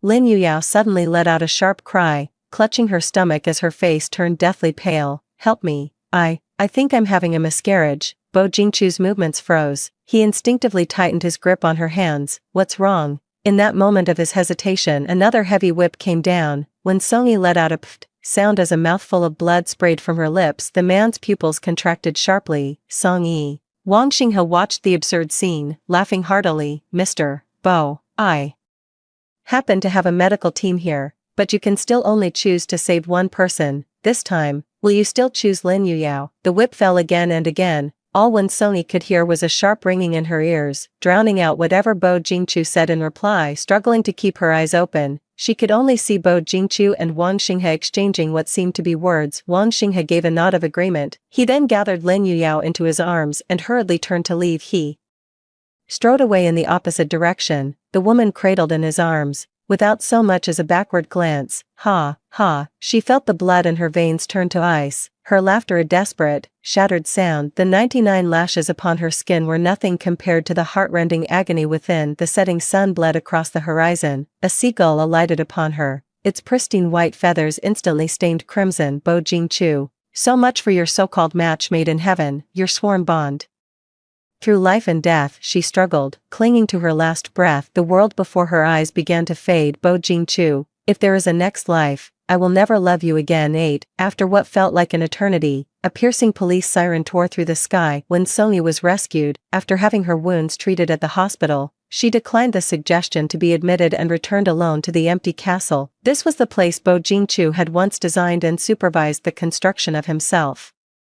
All just to see her smile. In just the 2 short months since Lin Yuyao had arrived, Traces of her life were already everywhere. The walk-in closet and music room that once belonged to Wensongi were now crammed with clutter. Even the set of wooden carvings she had painstakingly carved by hand for Bo Jingchu were now tossed haphazardly on the floor. Back then, he had sworn with red-rimmed eyes that he would treasure them for a lifetime. Wensongi gazed at the pitch-black sky outside and let out a bleak, hollow laugh. A full day and night had already passed. Bo Jingchu remained by Lin Yuya's side. She smiled indifferently, wiped the blood from the corner of her mouth, and placed 3 items into the mailbox in front of the castle. The first item was the test report for the fragrant powder on the bouquet of flowers Lin Yuya had given her the day before. Once he opens it, he'll discover that the frenzy of the tiger and the black wolf that night was no accident, but a deliberate act. That bouquet was laced with a potent, frenzy-inducing spice. The second item, it was her recent hospital medical report, which indicated she had suffered a miscarriage. The moment he chose to save Lin Yuyao, the moment he watched helplessly as she was swallowed by the ICC, the moment he let her endure 99 lashes to protect Lin Yuyao, this was the second time he had, for Lin Yuya's sake, indirectly caused the death of their child. The third item, it was the broken diamond ring. That was the ring Bo Jingchu personally traveled to Africa to select and have cut 5 years ago when he proposed. It was painstakingly polished 13 million times, a process that took a full 6 months. Such a pure and steadfast love once shook the entire harbor city. The one who cherished her above all else, who placed her at the very center of his heart, was him. The one who pledged eternal vows at the wedding, who swore to love Wensongi for all eternity, was him. Yet the one who, for the sake of Lin Yuyao, callously neglected her eye treatment, letting it drag on, was also him. He was the one who, for Lin Yuya's so-called atonement beast show, placed her in a perilous situation from which there was no return. He was also the one who stood by and watched her endure 10 drownings and 99 lashes. It turned out that this fiery, passionate love had long ago, in the successive rainy seasons of Harbor City, been reduced to mere embers. For the past 5 years, no matter how angry they became, Wensongi had never taken it off. Now, Bo Jingchu, it's time to give this back to you. The roar of a helicopter descended from the sky. Wensongi squinted up, a familiar face resting on a hand as it looked down at her. Not coming, Alice. She stood there for a moment, then suddenly asked with a smile, got a lighter, Nick? Nick whistled and tossed down a box of matches. Only got these. Wensongi nodded, that'll do. Bearing the pain in her body, she walked step by step toward the castle. Their love blossomed here, only to wither and perish swiftly amidst repeated deceit and betrayal. She struck the match in her hand and tossed it inside. With a whoosh, flames instantly engulfed the entire castle. The once warm and cozy home now resembled a living, breathing hellish cage that devoured souls. Farewell. Wensongi murmured the words, then turned and left without a moment's hesitation. Boarding the helicopter's engine roared to life. The hem of her coat flapped and snapped in the dark wind as the aircraft headed out over the ocean. Meanwhile, Bo Jingchu, having learned that Wensongi had been rescued, was driving back in a frantic rush. On the ground and in the sky, 2 lines run in opposite directions, destined never to meet. 9 On the Jianghai Bridge, a Maybach S680 sped past. Bo Jingchu's lips were pressed into a thin line, sweat tracing a path down the bridge of his sharp, straight nose. Tick tock. Faster, come on. Faster. He needed to see Wensongi immediately, to confirm she was safe. 10 hours ago, at the seaside, Bo Jingchu had drained nearly all of the Bo family's cash reserves before Wang Xinghe finally relented. Wang Xinghe's whip was stained with blood. Seeing the tremor in Bo Jingchu's pupils, he snorted with contempt. So, even the proud and ruthless Crown Prince of Hong Kong can bow his head for love. You promised me. Get the medical team to treat Songi immediately. Bo Jingchu clenched his fists, his eyes burning with a crimson fury. Fine, I, Wang Xinghe, am a man of my word. She can stay here as collateral until the Bo Group transfers the money. I'll be the hostage. Let her go. Bo Jingchu cut in coldly. Wang Xinghe was taken aback for a moment, then burst into hearty laughter. Excellent. Having Chairman Bo himself as a hostage is more than I could have asked for. But in the next instant, his gaze turned dark and menacing as he pointed at Lin Yuyao. But she stays. I just heard. This woman is carrying your child. Bo Jingchu's eyes darkened. Fine. He picked up Lin Yuyao and was locked inside a pitch-black warehouse by Wang Xinghe's men. In the darkness, the man's sharp brows furrowed deeply. Wensongi's deathly pale face kept flashing through his mind. He sat motionless by the warehouse door, like a statue. Lin Yuyao bit her lip. Jingchu, why did you agree to Wang Xinghe's terms? 500 billion. Bo Bo Jingchu didn't answer, his gaze fixed quietly on the sliver of light seeping through the door crack. From that faint glimmer, I traced the outline of a hazy figure. Later, the sky gradually darkened, and even that last sliver of light vanished. Yet, the man remained seated there after what felt like an eternity. The piercing wail of a police siren shattered the silence. He and Lin Yuyao were rescued, only to learn that Wang Xinghe had never sent the medical team to treat Wen Songyi. He rushed to ask the special police if they had seen Wen Songyi, but was only told that she had left alone long ago. Bo Jingchu was beside himself with anxiety. Songyi was still injured. The only place she could have gone was the castle. With that thought, he slammed the accelerator to the floor, the speedometer needle rocketing to 240, racing at breakneck speed. Bo Jingchu soon caught sight of a corner of the castle. A pleased smile tugged at the corner of his mouth, but in the very next instant, that smile froze completely on his face, for within the castle, a blaze of fire lit up the sky above, turning night into day. He recalled the resolute look in Wen Songyi's eyes just before he left, as if she were ready to abandon the entire world. A dreadful thought began to slowly dawn on Bo Jingchu's mind. His hands began to tremble uncontrollably. No way, absolutely impossible. The next second, a wild fawn suddenly appeared on the winding mountain road ahead. Bo Jingchu's pupils contracted sharply. The car was going too fast. Slamming on the brakes was no longer an option. Gritting his teeth, he yanked the steering wheel hard to the left, narrowly avoiding disaster. But by then, the car had already careened completely off the mountain road. Bo Jingchu reached for his phone to call for help, but the accident struck first. The car slid away in an instant, plummeting into the ravine. Meanwhile, aboard the helicopter, Wen Songyi leaned quietly against the cabin wall, her serene profile visible. "Wen, are you alright?" Nick turned around, but the sight of her paper-white face stabbed at his eyes. Ahem. Wen Songyi suppressed the pain radiating through her entire body and forced a smile. "I'm fine." He furrowed his brows, scrutinizing her movements carefully. She hunched over slightly, her hands trembling involuntarily. The helicopter jolted to avoid a pocket of turbulence, and when Songyi was jostled along with the fuselage, aggravating the wound on her back, she clenched her jaw, a fine sheen of cold sweat breaking out on her forehead. Nick sensed something was wrong. "Are you hurt?" When Songyi tried to shake her head, but her vision suddenly went black. Nick watched helplessly as her body, like a tattered and leaky rag doll, slowly slid from the chair. His pupils constricted sharply, and he rushed forward in a few quick strides, gathering her securely in his arms. "Songyi, wake up." His hand felt a sudden warmth. Nick looked down and saw it was covered in bright red blood. His face instantly darkened. He pressed the intercom button in the cockpit. "Find the nearest hospital and land immediately." Inside the military hospital at the peacekeeping forces base, Nick stood by the window, watching as one wounded person after another was carried into the emergency room.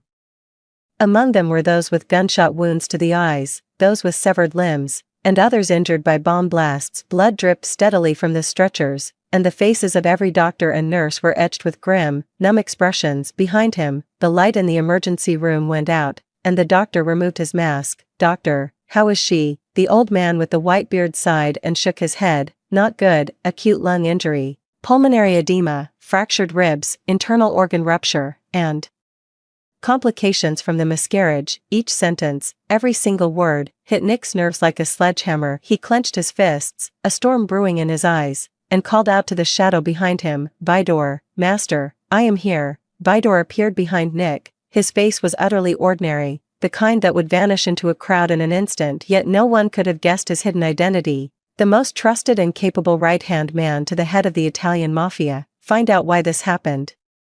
Vito gave a slight bow. "Yes, boss." The winter 5 years ago was the darkest period of Nick's life. On a day when snowflakes were swirling in the air, when Songyi knocked on his door, her eyes were sparkling, a bright smile on her face. "Nick," the man looked up from his desk, removing his gold-rimmed glasses. "When, you look happy." When Songyi pursed her lips, "Nick, I'm going back home." Nick's fingers, tucked in his coat pocket, went still. The sharp edge of the diamond ring dug painfully into his skin. "Why, I thought you'd decided to stay in England to pursue ballet." The girl's eyelashes fluttered faintly. Did something happen? Tell me, I can help." When Songyi shook her head and was silent for a moment. I have feelings for someone else." A sharp pang shot through Nick's heart, and the light in his eyes dimmed considerably. "Who is he?" The question swirled in her mind 4 or 5 times. Yet she never dared to voice it. Later, she gave up her promising future in Northern Europe, forsook the chance to become an international ballet dancer, and chose to return home to marry Bo Jingchu. Nick could only swallow his words over and over, carefully burying that secret crush deep within. He no longer dared to seek out any news about her, let alone return to their home country. It wasn't that he hadn't tried to catch a glimpse in secret, but each sight of their unquestioning, devoted love felt like a slow, torturous execution for him. That man adored her to the core, his eyes held only her, unwilling to let her suffer the slightest grievance, and in the same way, the girl Nick loved had eyes only for that man. He was consumed by jealousy, yet he suppressed his feelings with an almost self-destructive intensity, mocking his own helplessness over and over. In the end, when Sony and Hong Kong City became a place of heartache he couldn't bear to touch, but why, in the end, was she left so battered and bruised, recalling the resolute look in her eyes as she left Harbor City today? A dark, menacing glint flickered in Nick's gaze. Whoever hurt her will pay the price. 11 Harbor City. Bo Jingchu had been unconscious for 3 days and 3 nights. Finally, his finger twitched. Lin Yuyao's soft sobbing hitched, a flash of joyous surprise in her eyes. Doctor, doctor. His finger moved. The man in the hospital bed seemed to be roused by the sound, his brow furrowing as he lifted his eyelids. Seeing Bo Jingchu's open eyes, Lin Yuyao lost control and threw herself onto him. Jingchu, you're finally awake. Do you have any idea how worried I've been? I was worried sick, she sobbed, the words tumbling out. The doctor said if you didn't wake up today, you might never wake up again. Bo Jingchu's head throbbed dully, and her noise grated on his nerves. He pushed the woman in his arms away, his face a mask of impatience. Who are you? Lin Yuyao's sobbing came to an abrupt halt. Her motion of wiping her tears froze as if paused, her lashes still wet with teardrops, as she stared at Bo Jingchu in utter shock. Jingchu, you don't recognize me. I'm Lin Yuyao. The man's brow furrowed deeper. Where is my wife? Wen Sony. He disliked, even loathed, any woman who resembled Wen Sony. Although the woman before him bore a striking resemblance to Wen Sony, Bo Jingchu could tell at a glance that she wasn't her. Wen Sony's features were softer and gentler than hers, and when she lowered her lashes, there was a natural, divine compassion in her expression. At the mere thought of her, Bo Jingchu's gaze softened. He had prepared everything to propose at her birthday party 3 days later, especially that diamond ring. Bo Jingchu reached into his pocket, but his expression suddenly darkened. He frowned deeply, interrogating Lin Yuyao. Hey, where's my diamond ring? Have you seen the ring I was going to give to Sony? Diamond ring? What diamond ring? Wasn't that diamond ring given to Wen Sony 5 years ago? Meeting his utterly unfamiliar and cold gaze, Lin Yuyao felt as if her blood had frozen in her veins. She stood rooted to the spot as if nailed there by a hammer, her eyes clouded with confusion. Jingchu, what are you talking about? A flicker of impatience crossed Bo Jingchu's eyes. He had promised Wen Sony a perfect wedding, the ring was her favorite style, and he had poured his heart and soul into it. If the ring were lost, she would surely be heartbroken. Last time, to celebrate her birthday, he rushed back early from France, and she waited for him with joyful anticipation, but unexpectedly, his flight was delayed, and she ended up waiting for him for a full day and night. When he saw her, the girl's eyes were swollen like walnuts. From then on, Bo Jingchu never dared to break any promise he had made to her again. At this thought, he found the woman before him even more grating to his eyes. This woman looked so much like Sony, and now she had shown up here for no apparent reason. He's gone and lost the ring again. That's sure to upset the girl and make her angry. I don't care who you are, get out, now, immediately, don't let me see you again. Bo Jingchu's eyes were as cold as ice, filled with undisguised disgust. It was only then that Lin Yuyao realized he's lost his memory. She broke free from her immense shock, only to be plunged into the abyss of panic. Bo Jingchu remembers Wen Sony, but not her. This can't be happening. Jingchu, don't you remember? It's me, Lin Yuyao. I'm the one you love most. Lin Yuyao's eyes were rimmed with red from the intensity of her emotions. Her fingers, white-knuckled, were clenched desperately around Bo Jingchu's sleeve. He had forgotten her. He had actually forgotten her. What, then, was the point of all her meticulous scheming and careful planning over the past 5 years? In that case, if she wanted to use the child to claim a share of the Bo family's assets, verifying the child's paternity would undoubtedly become necessary. But this child isn't Bo Jingchu's at all. Lin Yuyao panicked suddenly, grabbing Bo Jingchu's arm tightly, trying to make him remember quickly. The next second, she was violently flung away by a great force and fell heavily to the ground. Get away from me. The man avoided her as if she were a plague. The hospital room door clicked softly open. Bo Jingchu's expression flickered with panic. He practically scrambled out of the jacket Lin Yuyao had touched and blurted out instinctively, "Sony, she threw herself at me, I don't even know her." However, upon seeing it was Lu Qing who had entered, he froze for a second before asking him with frantic urgency, "Lu Qing, you're just in time, where's Sony?" Lu Qing had just learned from the doctor that Bo Jingchu's head trauma from the car accident had caused his memories to be stuck 5 years in the past. It was the year he and when Sony were most deeply in love. Back then, she hadn't lost her sight, and Lin Yuyao hadn't yet appeared. Upon hearing Bo Jingchu's question, the image of that charred, ruined castle flashed through Lu Qing's mind. He turned his face away somewhat unnaturally, his lips trembling slightly as he suppressed his emotions. He knew better than anyone how deeply Wen Sony and Bo Jingchu had been in love back then, but how could he bring himself to say it? It had been 5 years, and when Sony was already, Sony, she said she wanted to take a trip to Scandinavia for a few days, she won't be back for a while. Bo Jingchu's brow furrowed tightly at the words. "You're lying, our engagement is in a few days.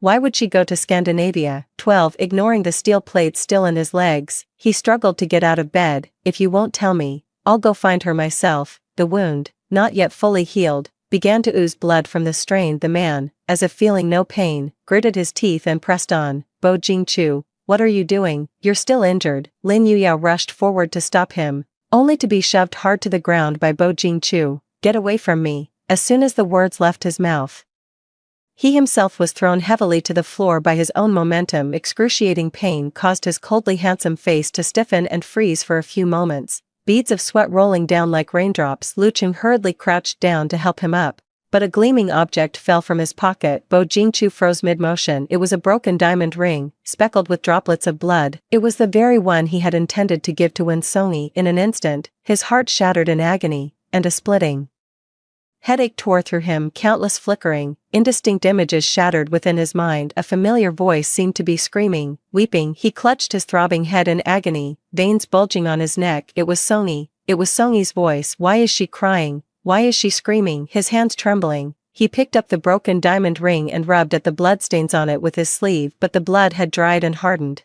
Impossible to wipe away. Bo Jingchu let out a heavy, ragged breath and seized Lu Qing's wrist with a crushing grip. His eyes were bloodshot. "Whose blood is this? Where is Sony? Lu Qing, tell me, or don't blame me for forgetting our past friendship," he roared with savage fury, as if a raw nerve had been struck. Lu Qing's eyes reddened with emotion. He slowly closed them for a moment, then forced a bitter smile. "You're determined to see her, is that it?" "You're damn right, I'm sure. Say one more useless word and see what happens." Lu Qing stared at him for a few seconds, took a deep breath, and said, "All right, I'll take you there." Peacekeeping hospital. Nick stayed by Wen Sony's side without leaving for a moment, poring over the investigation results Victoria had delivered. His long lashes lowered, casting a shadow across his sharply defined, German-European features. The atmosphere in the hospital room grew colder, and Vito's head sank even lower. After a long while, Nick finally looked up from the thick stack of documents. His ice blue eyes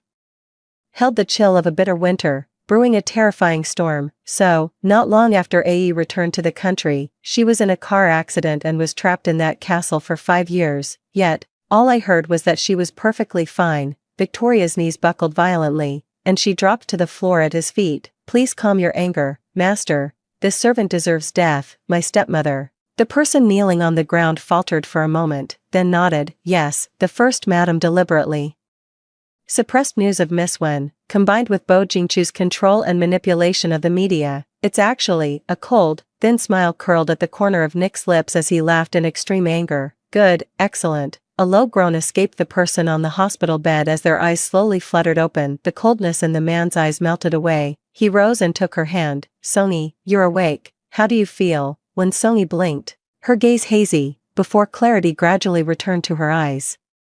She had been unconscious for a full week, lost in dreams of the past, sweet, bewildering, agonizing, struggling, and utterly despairing. Yet in the end, what she dreamt of was a magnificent and solemn ballet stage. It was the place she had yearned for, day and night. 5 years ago. For this, she trained relentlessly, falling countless times, picking herself up each time, pushing her body to its limits again and again. Finally, at the age of 21, she received an invitation from the royal ballet school in London, yet fate had a cruel twist in store for her. Her grandmother was diagnosed with cancer. The doctor said that even with the best medication, she could only hold on for a year at most. Not only would this year be extremely costly, but it would also require a family member to be constantly by her side. She was an orphan, adopted and raised by her grandmother, who doted on her, loved her, cared for her, and spent all her savings to put her through school and dance lessons. Upon learning this news, when Songi hurriedly returned to her home country day and night without rest, covered in the dust of the road, after just over half a year apart, that plump little old lady had withered to skin and bones the moment she saw Winsongi. Granny's eyes went wide. "Oh my, Ae,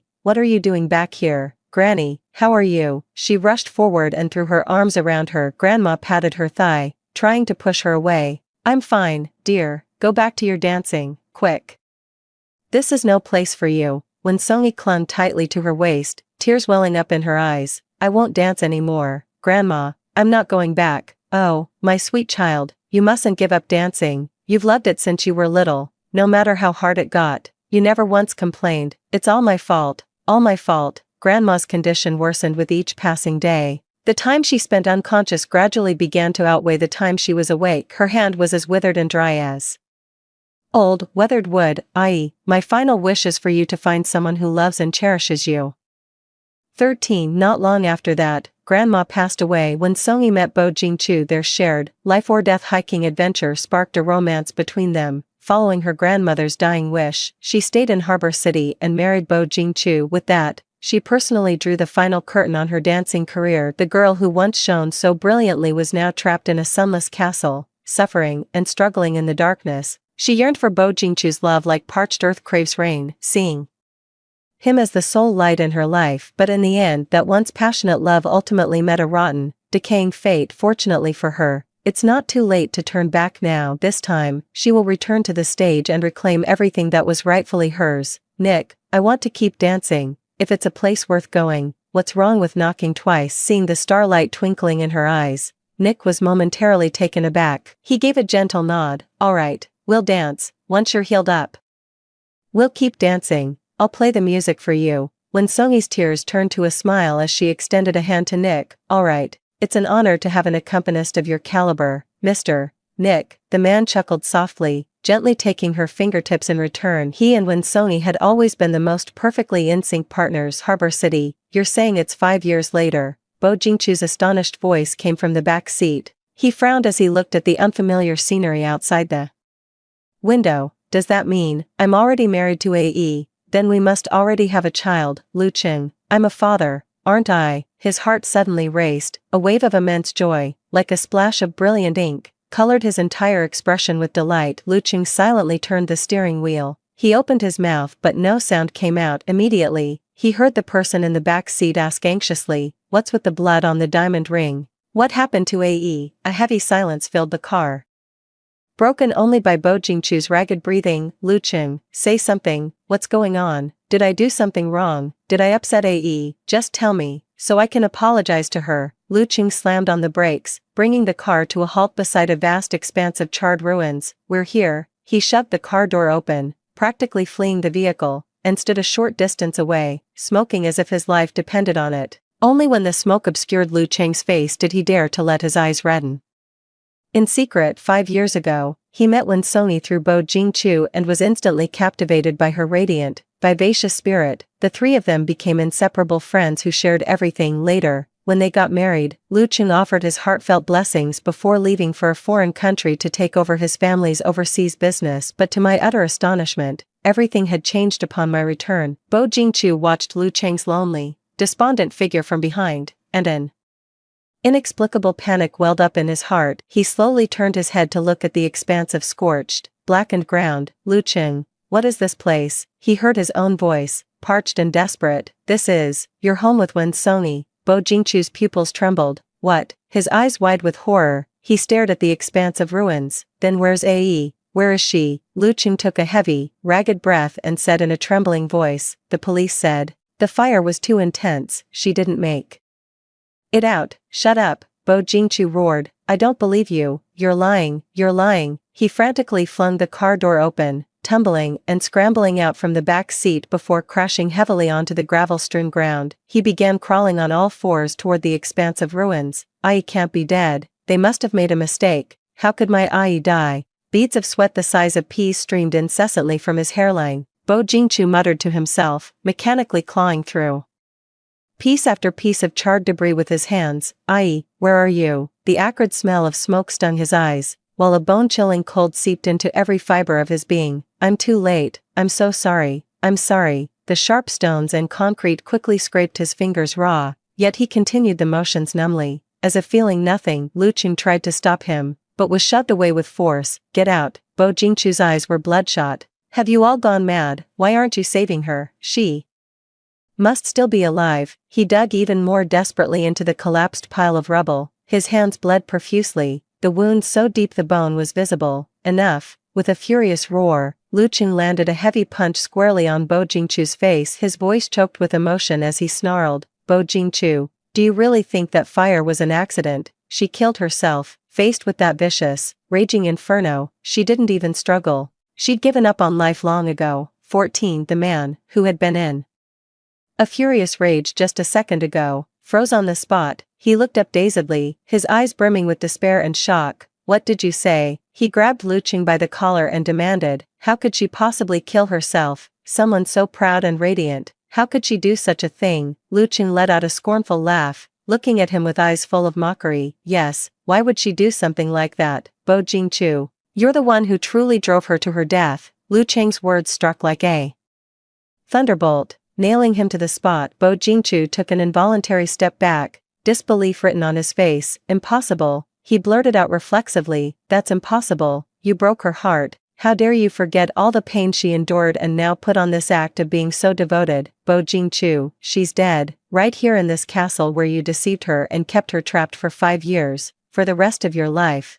You'll never be able to make it up to her." Lu Qing spat out the words with venom before turning and walking away. The midday sun beat down, scorching and blinding. A sudden wave of dizziness washed over Bo Jingchu in an instant. A multitude of voices filled his ears. "Ai, don't cry. From now on, I will be your eyes. Marry me, will you? I will love you for the rest of my life. I, Winsoni, take you to be my wedded partner, to have and to hold from this day forward, for better, for worse, for richer, for poorer, in sickness and in health, to love and to cherish, till death do us part." Hearing these words, Bo Jingchu's expression gradually softened, so his future self was also loving Winsoni properly. Yet the voice that surfaced in his mind next shattered his joy completely. "Ai, I have to work late tonight. I made your favorite jujube paste and Chinese yam cake. It's in the fridge. Be careful when you go to get it. I'm in a meeting right now. Can I call you back later, sweetheart? I've been really swamped lately. I'll take you to the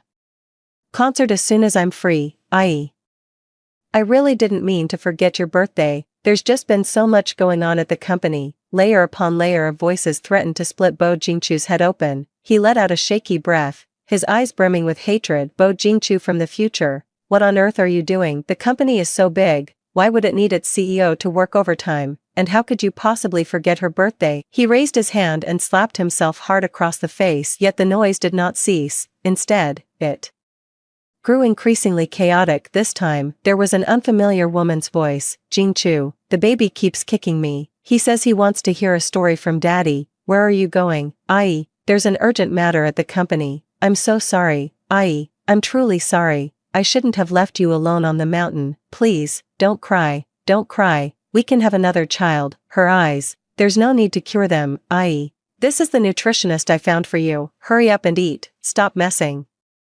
around." She put a lot of effort into this. 99 lashes. "Who will you choose to protect?" "Jingchu, I think I'm having a miscarriage. I choose Lin Yuyao." A thunderous crash exploded in his mind. Even if he couldn't remember what happened, from these scattered words, he could piece together a rough outline. That woman's voice belonged to the person he had just seen in the hospital room. So, over these 5 years, he fell in love with a woman who bore an uncanny resemblance to Winsoni, and even had a child with her. For her sake, he deceived and hurt Ai, time and time again. A metallic, coppery taste surged in Bo Jingchu's throat, and he spat a mouthful of blood onto the charred ruins. The mixture of black soot and crimson blood stung his eyes. "Ha ha ha, Bo Jingchu, oh Bo Jingchu, how could you hurt her so deeply?" with a heavy thud, he fell straight to his knees. His back, once so straight and unyielding, was now bent and broken from high noon until the sun dipped below the horizon. A solitary, faltering figure in the vast expanse of scorched ruins ceaselessly clawed at the charred debris with bare hands. I was wrong. I truly know I was wrong. Please come back. Only when night fell did Bo Jingchu finally collapse to the ground. Utterly spent, regret and agony crashed over him like a tidal wave. He slammed his head against the hard, rough ground, again and again, until his face was covered in blood. Delicate snowflakes landed on his eyelashes, melting the dried blood on his face until it ran down his body in rivulets of crimson. He reached out his hand and caught a perfect, intact snowflake. In an instant, the sound of a man's broken, muffled sobs pierced the deathly silence of the ruins. Winters in Harbor City rarely saw snowfall, yet when Songi adored snow, especially the kind of vast, all-encompassing blizzard that blankets the Nordic wilderness, he had promised her countless times that he would take her to see it after they were married. In the end, she lost her sight, and he fell in love with someone else. That snow never did fall upon their shoulders. Bo Jingchu lay curled silently on the ground, clutching the broken diamond ring tightly in her hand. Does it hurt? You've always been so afraid of pain. It must have hurt terribly when the flames reached you. 15. It's snowing. When Songi rushed out from inside the house and stretched out her hand to catch a snowflake. Wow, it's so beautiful. Snowflakes settled on her eyelashes, transforming her into an adorable, ethereal little sprite. Nick followed behind, holding her coat.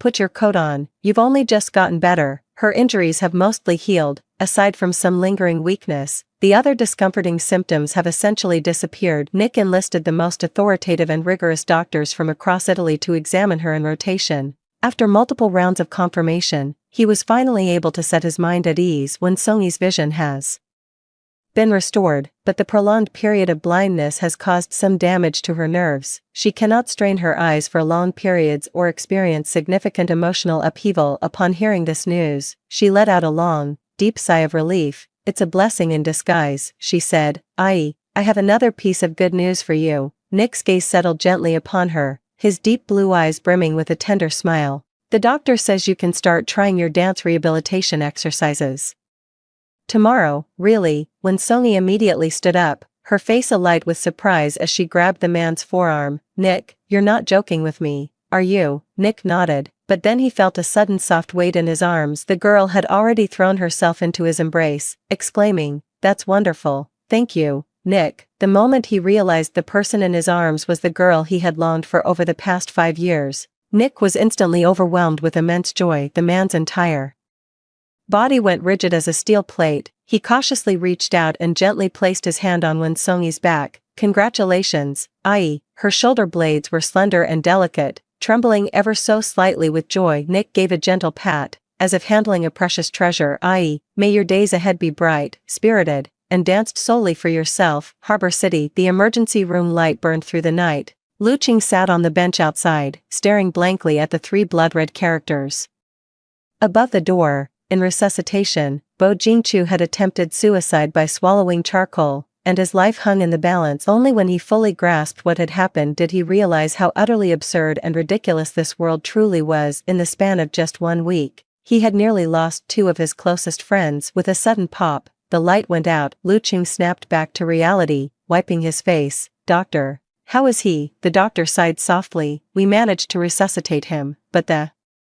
patient has lost the will to live. There's nothing more we can do. The brain trauma from the accident hadn't even healed before he suffered this severe shock. Whether he wakes up or not is entirely up to his own will now. The doctor's words hit Lu Qing like a sledgehammer, rooting him to the spot. In the hospital room, Bo Jingchu lay with a ventilator, his chest rising and falling with the faintest of movements. He was still clutching something in his hand. Lu Qing pried his fingers open. A note was wrapped around the broken diamond ring. It read, "After I die, please have my body cremated and scatter the ashes here." Lu Qing stared blankly at those lines of text. He knew Bo Jingchu was deeply devoted to Songi, but he never imagined that her death would make him want to throw his own life away. Bo Jingchu, if you have any conscience left, you should wake up now, live on and atone for your sins, not just die like this. The man lying on the bed remained still and silent, showing no reaction. His face was deathly pale, almost translucent.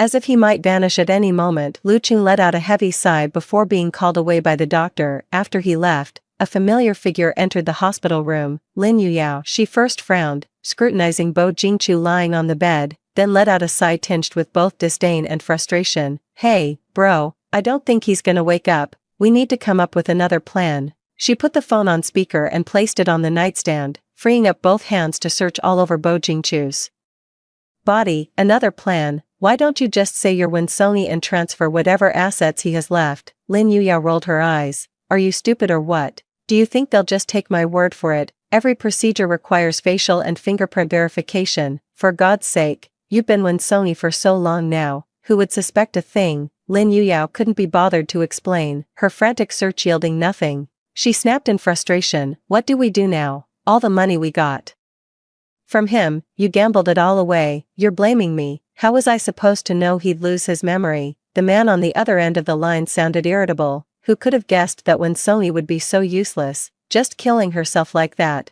And Wang Xinghe is just unbelievable. Lin Yuyao stamped her foot in anger. Lin Yumiao's eyes suddenly turned vicious. That car crash didn't finish off that bitch. She's been clinging to life for 5 years. What a survivor. Don't be angry. Once Wang Xinghe gets his hands on those 50 billion, we'll be done. The man comforted her. She nodded helplessly and left, the click of her high heels echoing behind her unnoticed by her. The man's finger on the hospital bed twitched slightly. 16. Bo Jingchu had a very, very long dream. In the dream, there was no car accident, and Winsongi never lost her sight. They remained deeply in love, with 2 lovely, snow-white children who were both well-behaved and sensible. Yet, even in his dream, he couldn't feel a shred of happiness. He knew it was all an illusion. Winsongi's accident had hit him so hard that even his mind's protective mechanisms failed him completely. Just as Bo Jingchu's will to live was on the verge of being extinguished, he heard Lin Yuyao's voice. In that very instant, all of his memories came flooding back. Shock and fury consumed him whole. The Lin Yuyao he saw as naive and unworldly was now rifling through his belongings for anything of value. Her tone and words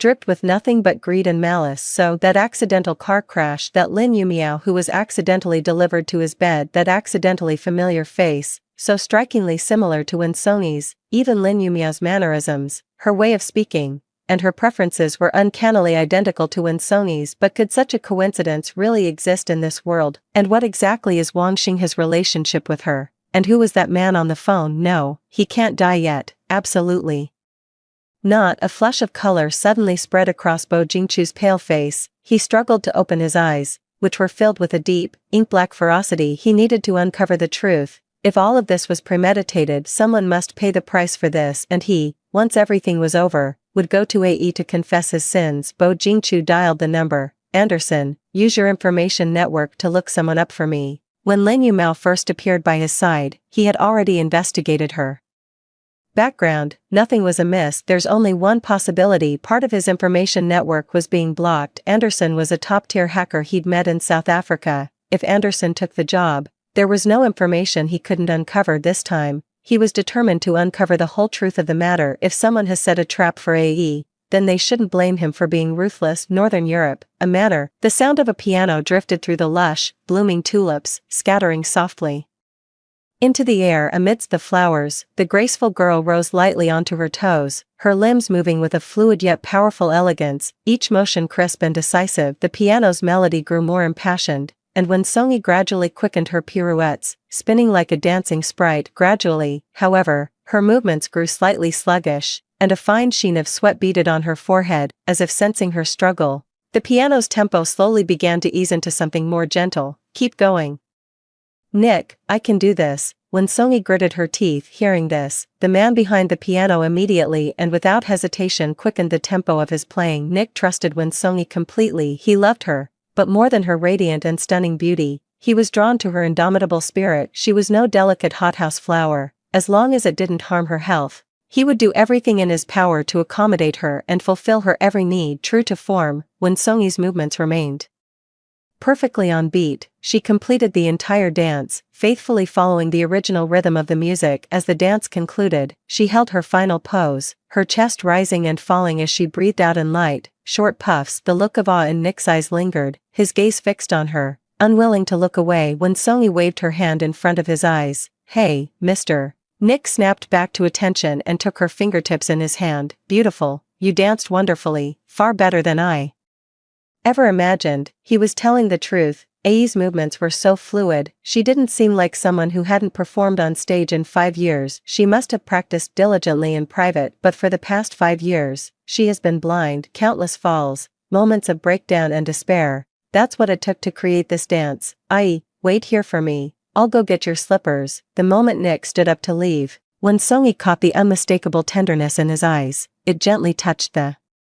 softest part of her heart. He was always like this, able to see past her strong exterior to the vulnerable side she kept hidden. He's still just as thoughtful as he was 5 years ago, she murmured softly. Vidor stood behind Songi, bowing his head even lower. The master is only ever like this in your presence. At all other times, he was the ruthless and merciless mafia don, one might even say, somewhat brutal. Lost in thought over his words, she didn't notice the man had returned and was now kneeling down to change her shoes himself. The warm palm cupping her soul sent a flush of crimson to Songi's cheeks. Nick, 17, she gasped softly, trying to pull her foot back, but it was held firmly in place. A ballerina's feet are never truly beautiful. The more dedicated the dancer, the more scars and calluses they bear, and hers were certainly no exception. Nick's movements were gentle. She barely felt a thing as he slipped the slippers onto her feet. Thank you, Nick, you really didn't have to. She wasn't oblivious to Nick's feelings,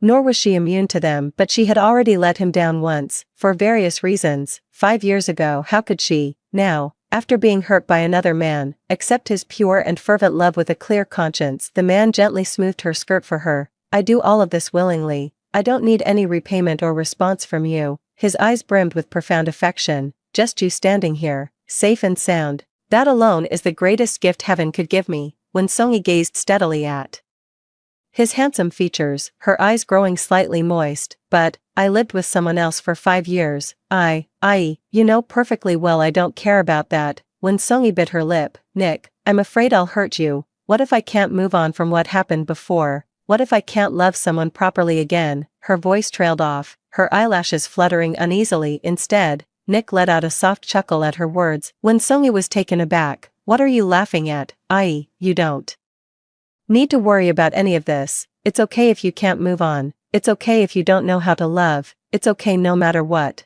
I can accept all of you, anytime. If I make you uncomfortable, you can tell me no right away. Okay. He gently smoothed her wind-tousled hair. All you need to be in front of me is yourself. Songi was taken aback for a moment. Just, myself. Nick planted a kiss on the back of her hand. That's right. Meanwhile, in Hong Kong, Bo Jingchu had already received the information Anderson had gathered for him. He inserted the USB drive into his computer, and a densely packed row of video files popped up. The man's face turned ashen as he watched video after video. The color drained from his face, and his hands, resting on his lap, trembled as he dialed a call. It's time to recover the 50 billion transferred to Wang Xinghe. Yes, Mr. Bo, I'll handle it right away. Bring Lin Yuyao to me. Tell her I've regained my memory and want to see her.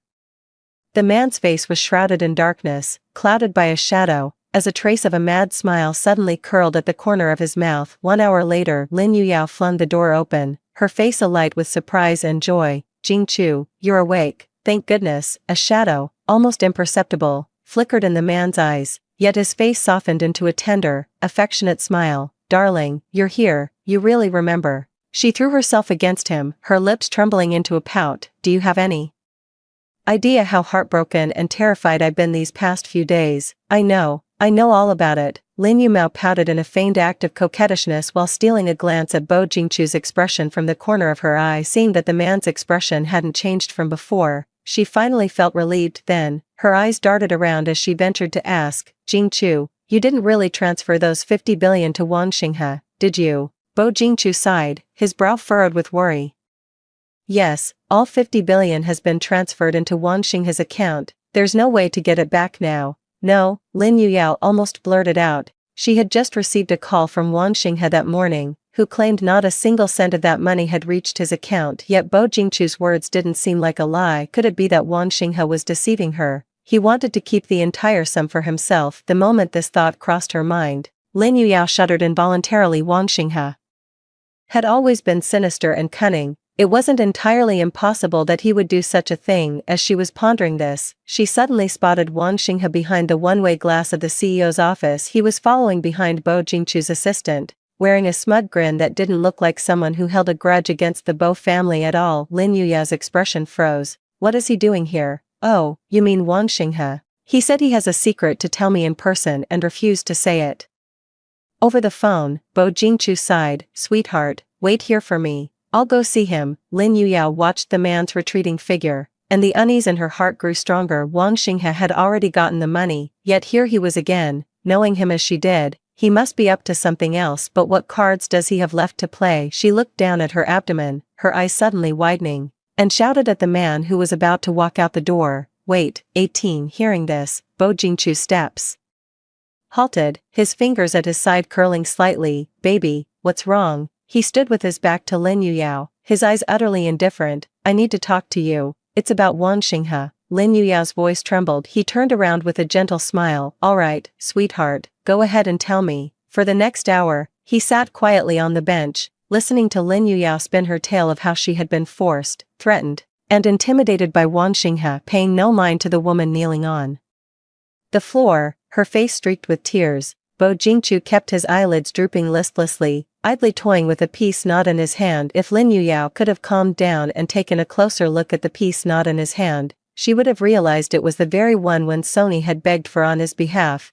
kowtowing at every single one of the 999 steps of Cheonghua Temple. Lin Yuya's sobs gradually subsided. Clutching the hem of the man's trousers, she pouted in grievance. How dare he treat me like this? Jingchu, you must avenge me. As soon as the words left her mouth, a loud, mechanical clunk echoed from behind her, the sound of a heavy door sliding open. She instinctively turned to look, and a blood-curdling scream instantly tore from her throat. Ah! Wang Xinghe was seen hanging in midair by his neck, his face a ghastly shade of purple, his eyes bulging out of their sockets. Mr. Wang, you heard it yourself, my wife says you bullied her. Wang Xinghe shook his head with great difficulty, trembling as he raised a finger to point at Lin Yuyao. She's lying to you. Bo Jingchu raised an eyebrow, signaling for the man to be let down. You bitch, how dare you frame me? With a furious roar, Wang Xinghe lunged at Lin Yuyao, grabbing her hair and slapping her hard across the face several times. For a moment, the room was filled with a cacophony of curses and screams, loud enough to raise the roof. You bitch, have you forgotten you were the one who stripped naked, lay in my bed, and begged me to take you? Bullshit, Lin Yumao shrieked, cutting him off as she clung to Bo Jingchu's ankle. It was you who tried to bribe me to harm Jingchu. I never agreed to it. Jingchu, please believe me. Woo-woo. A barely perceptible smile played at the corner of Bo Jingchu's lips. Of course I believe you, baby. Get up quickly. Don't hurt our child. Wang Xinghe's eyes widened as he suddenly remembered something. The child, President Bo. That child isn't yours. Don't let this bitch deceive you. Bo Jingchu frowned. What did you say? Bullshit. Lin Yuyao, having been exposed, bristled like a cat with its fur standing on end. All pretense of innocence and fragility vanished as she pointed at Wang Xinghe and screamed, You motherless bastard. Say one more word of that nonsense. I dare you. Nonsense, he said with a sinister sneer. Lin Yuyao, you didn't know, did you? A simple amniocentesis can reveal exactly whose child you're carrying. Lin Yuyao's pupils contracted sharply. She genuinely had no idea. Instinctively, she looked at Bo Jingchu for his reaction, only to find the man staring at her abdomen with a troubled expression. In an instant, a wave of immense panic washed over her. The child, of course, was not Bo Jingchu's but Wang Xinghe's. If this were ever discovered, all her carefully laid plans would be utterly ruined. She closed her eyes, as if steeling herself for a decision. Wang Xinghe, since you've shown no mercy, don't blame me for being ruthless. Gritting her teeth, she spilled everything like pouring beans from a sack, all of Wang Xinghe's dirty secrets, confidential matters, and shameful schemes. After speaking, with tears welling in her eyes, she sobbed to Bo Jingchu, Jingchu, I've been hiding by his side, doing all this for your sake. Wang Xinghe's face flushed crimson like liver, and he actually let out a bitter laugh, infuriated by Lin Yuya's shamelessness. With all the secrets already spilled, he saw no reason to cover for her any longer, so he spilled everything, Lin Yuyao's plastic surgery and her calculated scheme to get close to Bo Jingchu. The two of them tussled once more, hurling curses at each other. All the while, Bo Jingchu lounged leisurely in his leather chair, puffing on an expensive cigar as he savored the spectacular spectacle of this dog-eat-dog brawl. After what felt like an eternity, Wang Xinghe finally realized something. Staring at Lin Yuyao, who was still hysterically beating him, he finally snapped and slapped her across the face. "You idiot!" Lin Yuyao lay sprawled on the floor, her hair disheveled as she gasped for breath. Seeing the cold, indifferent look in Bo Jingchu's eyes, her heart clenched. You did this on purpose." He had led her to falsely accuse Wang Xinghe first,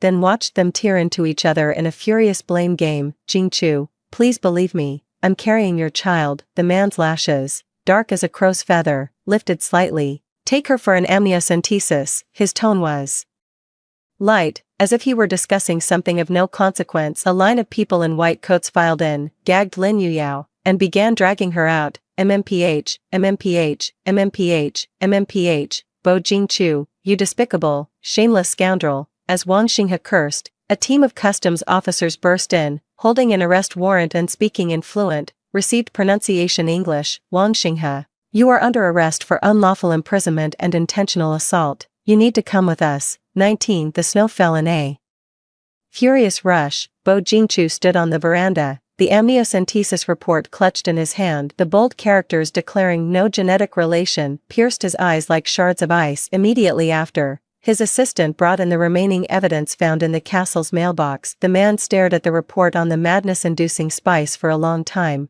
his heart feeling as if it were being relentlessly crushed and twisted by an invisible hand. That so-called apology animal show was nothing but a premeditated murder attempt on Winsoni. He ignored her refusals and struggles, forcibly carrying her down to face her punishment. As a result, the girl he claimed to love was pounced on by a beast, thrown to the ground, had her ribs crushed, and nearly lost her life, all while he stood nearby, shielding Lin Yuyao. And his wrongs against Ai go far beyond just that. For the sake of Lin Yuyao and the child in her womb, a child that wasn't even his, he lied countless times, claiming he was busy with work. He even instructed the doctors not to cure her eyes, condemning her to live in darkness, fear, and anxiety for 5 long years. While Lin Yuyao nestled in his arms, coquettishly seeking his affection, the girl he truly loved was left behind on the mountain, buried by an avalanche. He had, with his own hands, destroyed his and Ai's first child. The man's once upright frame crumpled,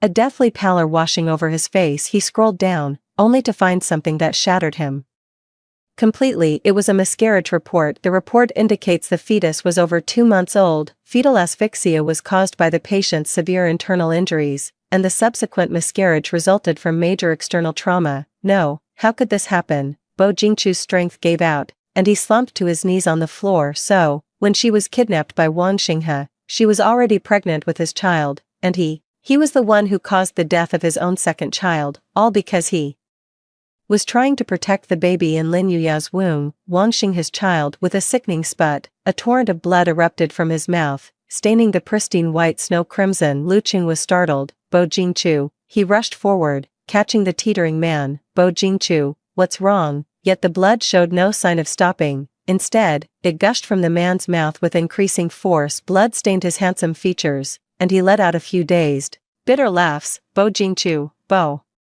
Jingchu, is this what you meant by always being good to her? Is this what you meant by always shielding her, by being her eyes? You're the one who hurt her. You're the one who exposed her to danger. You're the one who plunged her into darkness. He pressed his forehead against the rough, cold ground, knocking it against the floor again and again. I've failed you. Lu Qing watched the scene, his eyes stinging with unshed tears. How did the deeply devoted couple from their youth end up in this irreparable state, forever separated by life and death? A frantic figure suddenly burst out from the villa, shrieking as it ran towards Bo Jingchu. Close behind followed doctors clutching syringes and scalpels. Lin Yuyao's hair was disheveled, her once meticulous makeup now smeared and caked in messy patches across her face. Bo Jingchu, you can't do this to me. My feelings for you are genuine. Clutching at the hem of Bo Jingchu's trousers, she pleaded, have you forgotten? You said I was the woman you loved most. You even named our child. Don't you remember when he kicked you? A heavy slap landed across her face,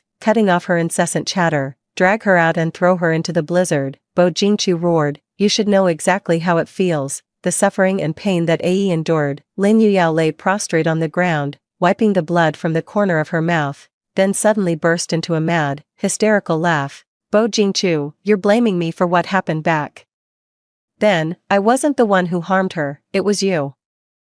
You were the one who gave me the power to hurt her. Your attitude condoned everything I did. Now she's dead, and it's all your fault. Lu Qing watched helplessly as Bo Jingchu's face grew paler and paler, becoming almost translucent. He roared with a furrowed brow, "What are you all standing around for? Drag her away." Silence descended upon the surroundings once more. In a daze, Bo Jingchu reached out her hand and caught a single, glistening snowflake. "It's snowing." Leaning against Lu Cheng's shoulder, he murmured, "Lu Cheng, I miss her so much. That girl still holds a grudge against me. She won't even visit me in my dreams, not once." He forced a smile, more pitiful than a sob. "The heavens say that even if I die and go to find her, I'll only end up in the Avicii hell. I'll never see my angel again." Lu Qing covered his face in anguish. His phone slipped from his trouser pocket, and a notification popped up. Countdown to the comeback performance of Alice, the Nordic Ballet Queen. 3 days. Bo Jingchu's gaze fell on the screen, and a startling, peculiar light suddenly flashed in his eyes. Seeing this, Lu Qing was startled. "Bo Jingchu, that's not Wen Songyi. She just looks like her." The man paid no heed, muttering like a madman, "I know her. It must be her. It must be her. Ai is alive." 20 Northern Europe. Nick held Wen Songyi's hand as they strolled along the streets of Milan. The heavy snow fell in thick flakes, but was kept at bay by the umbrella in his hand. Not a single snowflake touched Wen Songyi's expensive, luxurious wool coat. "Ai, what would you like to eat later?" Wen Songyi thought of all the French food she'd been eating lately, and her pretty face scrunched up like a steamed bun. "I don't want French food anymore. I want to eat." The words she meant to say never left her lips, and a veil of dull dust seemed to settle over her eyes. The girl lowered her head, her eyelashes fluttering restlessly. "Never mind, I don't feel like eating anything."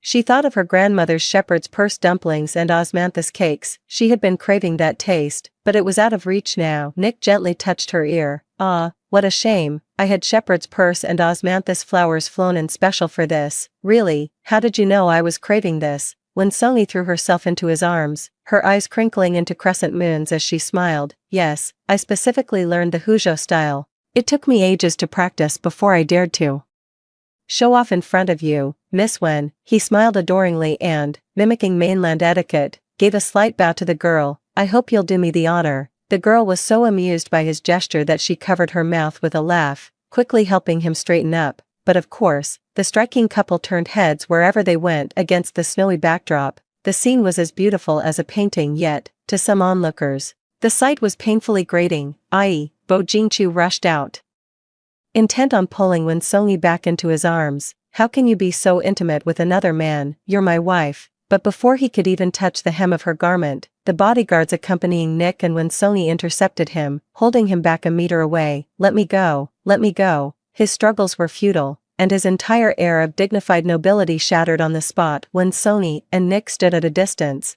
watching coldly. "Sir, I believe you've mistaken me for someone else. This is my wife," Nick retorted in fluent, icy French as if to confirm his words. The girl's hand tightened around Nick's, her gaze towards Bo Jingchu as cold as ice. "I don't know you," she said, her voice dripping with frost. Bo Jingchu's heart felt as if it were being slowly carved apart by a blunt knife. He shook his head. "No, you're lying. Ai, you're still angry with me, aren't you? You're doing this to punish me, aren't you?" When Songyi scoffed lightly and planted a perfectly natural kiss on Nick's cheek. "We are legally married, sir. I've told you I don't know you. Please leave." Bo Jingchu watched her action, his eyes turning bloodshot. The lump in his throat nearly brought tears to his eyes. "Ai, you can't do this to me. You can't do this to me." His voice broke, but the girl turned her face away, refusing to grant him another glance. The man beside her comfortingly squeezed her fingertips, drawing her into his embrace, and whispered, "My dear, let's go home." "No, don't go. Please, A.E." He was pinned to the ground in a wretched state, the snow staining his robes with grime. "A.E., listen to me. I've dealt with Lin Yuyao. I've repaid her tenfold for everything she did to you. She will suffer 1,000 times more than you ever did. And as for Wang Xinghe, I've already." When Songyi's expression remained utterly still, her eyelashes not even fluttering, she gestured for a police officer. "There's a madman here. Please remove him." The officer nodded. "Don't worry, ma'am." Bo Jingchu was roughly shoved into the police car, forced to watch as the girl he loved nestled in another man's arms. The man was placing a kiss on her forehead, his eyes brimming with tenderness. This was the first time Bo Jingchu realized how much colder the Nordic wind was compared to Harbor City. It was a bone-chilling cold that felt like it could freeze him solid. The manner. When Songi had already taken a hot shower and changed into her fluffy bear print pajamas, she sat at the dining table, her face full of anticipation. Shortly after, Nick brought out the shepherd's purse dumplings and osmanthus cakes. Her eyes widened in an instant. The dumplings were plump and full, with thin wrappers and generous fillings, while the osmanthus cakes were crystal clear, fragrant and sweet. Wow, amazing. She eagerly pulled out the chopsticks she had prepared and stuffed a piece into her mouth, her eyes lighting up immediately. So delicious. Nick smiled fondly. Slow down, little kitten. He reached out to wipe the osmanthus petals from her face, when Songi's cheeks flushed a deep crimson. Seeing this, the man teased, a legally wedded couple, are we? The girl raised her plate to hide her face, her voice muffled. Hello, Mr. Nick, I believe you've lost something. What is this? You've got some nerve. Nick smiled helplessly and ruffled her hair, only for the girl to suddenly lean in and plant a kiss on his forehead. It's delicious. Thank you, Nick. With that, she dashed like the wind to the dance studio on the second floor. The man watched her departing figure with longing, then made a call. Vito, notify the Milan police, have them give our friends from Hong Kong a proper welcome. Yes, sir. 21 Teatro Massimo. A steady stream of people came to see the ballet, many drawn by the return of the dance prodigy, Alice, who was making her comeback after a 5-year hiatus. Bo Jingchu, limping on one leg, made his way step by step toward the theater entrance. However, just as he had painstakingly navigated through the dense crowd and reached the reception area, he was stopped by an attendant. Sir, you cannot enter. Why? He frowned, displeased. This was his only chance to see Wen Songi again. The theater didn't even require invitations. Any ticket-holding patron was allowed inside. Unexpectedly, the attendant produced a photograph, carefully comparing it to Bo Jingchu's face. Then, with a stern expression, he said, due to your involvement in the malicious harassment of our dance troupe member, Miss Alice, you have been permanently banned from the Teatro Massimo. Please leave. Bo Jingchu froze in place, like a man craving light in the darkness who had his last candle snuffed out. No, it's not like that. Listen to me. I know Alice, I'm her husband. The waiter's gaze grew even more contemptuous. Alice's partner is Mr. Nick. Do you take me for a fool? The French accent sounded particularly biting. In a panic, Bo Jingchu pulled out his phone and scrolled to his wedding photo with Wen Songi. Look, she really is my wife. Ha ha ha, we've already done our homework. This woman's name is Lin Yuyao. There's an idiom, passing off fish eyes as pearls. That's you too, isn't it? The waitstaff burst into laughter, their gazes toward Bo Jingchu growing even more contemptuous. Get lost, stop blocking us from serving other customers. He was rudely shoved aside and could only press himself against the theater window, straining to see inside in the hope of catching one last glimpse of Wen Songi backstage at the theater. Wen Songi had already changed into her costume and was having her stage makeup applied by a professional artist. Stepping onto the theater stage again after 5 years, she still felt a touch of nervousness. Taking a few deep breaths, she mentally rehearsed the movements and rhythm. The door to the dressing room swung open, revealing a face of breathtaking beauty before Wen Songi. What are you doing here? She asked, her face lighting up with surprise. Nick grasped her slightly sweaty palm. I was getting anxious waiting out front, and I was worried about my princess, so I had to come and check on you myself. Don't be afraid, Alice, I've seen how hard you've been working all this time. You'd practice from dawn till dusk, never leaving the studio until you were completely exhausted. Your dancing is already flawless, all you need to do now is enjoy the stage. His deep voice seemed to possess a certain magic, gradually calming Wen Songi's restless heart and replacing it with a surge of newfound confidence. That's right, she was ready to face new challenges, ready to start a new chapter in her life, ready to live and strive for no one but herself. What she should do is simply enjoy this process of reinventing herself. With this newfound clarity, Wen Songi's gaze grew resolute, she gently embraced Nick and whispered, thank you for always encouraging me and believing in me. To her, he was more than just a lover, he was a mentor and a true friend for life. Soon, it was time for Wen Songi to take the stage. She stepped behind the curtain, her eyes shimmering like a galaxy of stars, quietly awaiting the grand opening of the performance. The next instant, the curtain was drawn back, dazzling lights fell upon her as the music began to swell. When Sony gently opened her eyes, with a subtle shift of her toes, she began to twirl and dance like a sprite. The movements, long since committed to heart, transformed into a masterful performance, flawlessly presented to the audience, instantly igniting a thunderous applause. Yet the girl on stage was utterly lost in her own world. She danced in the place of her dreams, each clean, powerful movement shattering the shadows of the past. Every spotlight converged upon her, and all eyes were fixed in her direction. Every person in the audience held their breath, utterly captivated by the breathtaking performance. Nick's fingers danced swiftly across the piano keys, the beautiful, melodious music blending perfectly with the dance.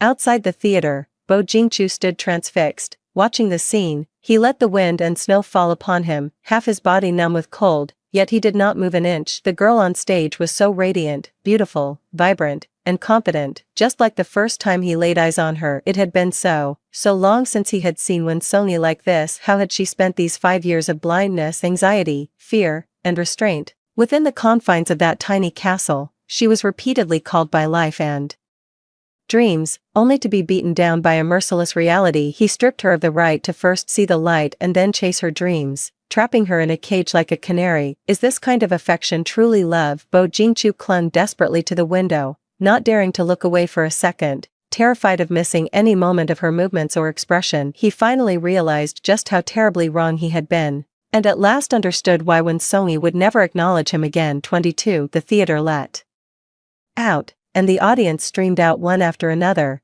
nearly every face wearing an expression of lingering satisfaction. Bo Jingchu leaned against the warm, yellow glow of the street lamp, wrapping his scarf around his face, hoping to catch one more glimpse of her. He overheard several people praising Sony's performance, remarking that after 5 years of silence, she had developed a resilience as sharp as a blade. The corner of his mouth lifted unconsciously, a strange, inexplicable joy blooming in his heart. Before long, her graceful figure appeared before his eyes, having changed out of her stage costume. Sony buried her small face in a thick cashmere scarf and happily ran out into the heavy snow. Nick, it's snowing again. She spun around and around in the snow, then threw herself excitedly into the man's arms. I love it here so much. Nick brushed the snowflakes from her hair. Is it because it's always snowing here? Sony turned around, a little surprised. Of course it's not just because of that. The reason I love this place is because you're here. The man behind the pillar shuddered violently at her words. Nick was taken aback for a moment. A gentle, radiant smile touched her lips. All right then, I hereby officially declare that you may now propose to me. How did you know? Nick's eyes widened. He had indeed prepared the engagement ring and everything else, but he wanted to leave all the choice to Sony, not wanting her to feel the slightest bit of pressure or obligation. Yet, he never could have imagined that the person he loved would say those words to him herself. Am I dreaming? Sony gently shook her head, nuzzling into his chest. Nick, it was you who supported me in chasing my dreams, who let me just be myself, who gave me the courage to start over. It's not me, it's you. The girl rose on her tiptoes and planted a soft kiss at the corner of his mouth, but the man pulled her firmly into his embrace. Deepening the kiss, the man's distinct scent of sandalwood intertwined with the jasmine fragrance that clung to her. The snow fell slowly, gently, as if reluctant to disturb such a perfect moment. Bo Jingchu covered his face with his hands and slowly sank to his knees, tears welling up and spilling through his fingers. This time, his feelings for Sony were not possessive love, but endless remorse. He regretted losing the one he loved. I've wronged you, he murmured, repeating his confession over and over in the ice and snow. After Sony and Nick left, Bo Jingchu received a call from across the ocean. Lu Qing asked him anxiously, Bo Jingchu, have you found Sony? I saw the latest reports, that prima ballerina is all the rage now. I remember Sony loved ballet too. Could it really be her? Bo Jingchu sat at the entrance of the theater, his slender fingers tracing the face of the girl on the poster over and over. He didn't answer Lu Qing's barrage of questions, only confessing his sins in the silence of his heart. Suddenly, a tall, slender figure stopped in front of him, casting a long shadow under the streetlight. He looked up and saw a strikingly handsome face that radiated an intense, almost oppressive presence. It was Nick. Did you let me see you and being intimate on purpose? Bo Jingchu narrowed his eyes. Nick raised an eyebrow. No need to be deliberate. Things like this happen every day. Bo Jingchu's face turned ashen, but he stubbornly insisted, even though loves you now, I've been with her for so long. It's still unclear who holds more weight in her heart. Unexpectedly, Nick wasn't angry. Instead, he nodded and said, "Is that so?" If only Mr. Bo's abilities matched his level of confidence. "What do you mean by that?" Nick lit his cigar and exhaled a smoke ring with elegant, aristocratic poise. "Do you really think you managed to dispose of Wanxinghe so quickly on your own, with the amateurish tricks of your men, Mr. Bo?" Bo Jingchu's expression shifted. "Those customs officers, they were yours." Nick didn't answer him, turning to leave.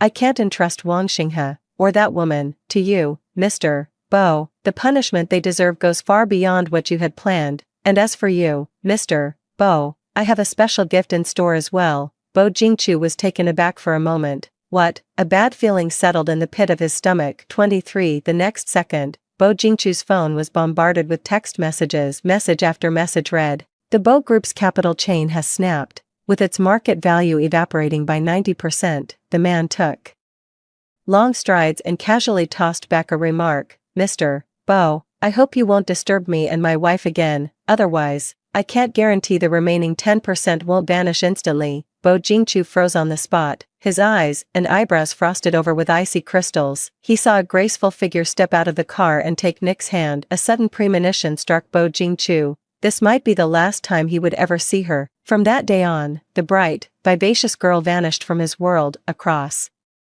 the vast ocean, he could only gaze into the distance, longing for Wensongi. Time and again, staggering, he mustered every ounce of strength to run towards Wensongi. "Wensongi, ae." The woman's figure faltered slightly, her delicate profile rendered even more stark and cold against the snow and ice. "Ai, I'm begging you, please, just look back at me once, let it be a memory to hold on to, for the days of atonement I have left." Bo Jingchu waited with bated breath for her to turn around, but the woman's figure merely paused for a fleeting moment before she continued walking forward, arm in arm with Nick as if nothing had happened. When Sony did not look back, not even once. With her spine straight, she strode forward, resolute and decisive. "Bo Jingchu, I told you, I will never love you again, and I will never stay for you again." Snowflakes gently fell upon her and Nick, just like that, walking together into old age. When Songi was proposed to on a gentle, warm spring day, all because she had once casually mentioned to Nick that she wished to wear a beautiful dress on every important day of her life, so he dedicated this day to the spring of the Amalfi Coast. The proposal was an intimate affair, attended only by their closest friends. The sea under the sunset was dyed a fiery orange, casting a natural-looking blush upon her face. Nick held the diamond ring, knelt on one knee, his deep blue eyes fixed on Wensongi, never once looking away. He adored his princess just as he had 5 years ago. Devotion, respect, and tender care. Wensongi had once again received the invitation from the London Grand Theatre, offering her the position of principal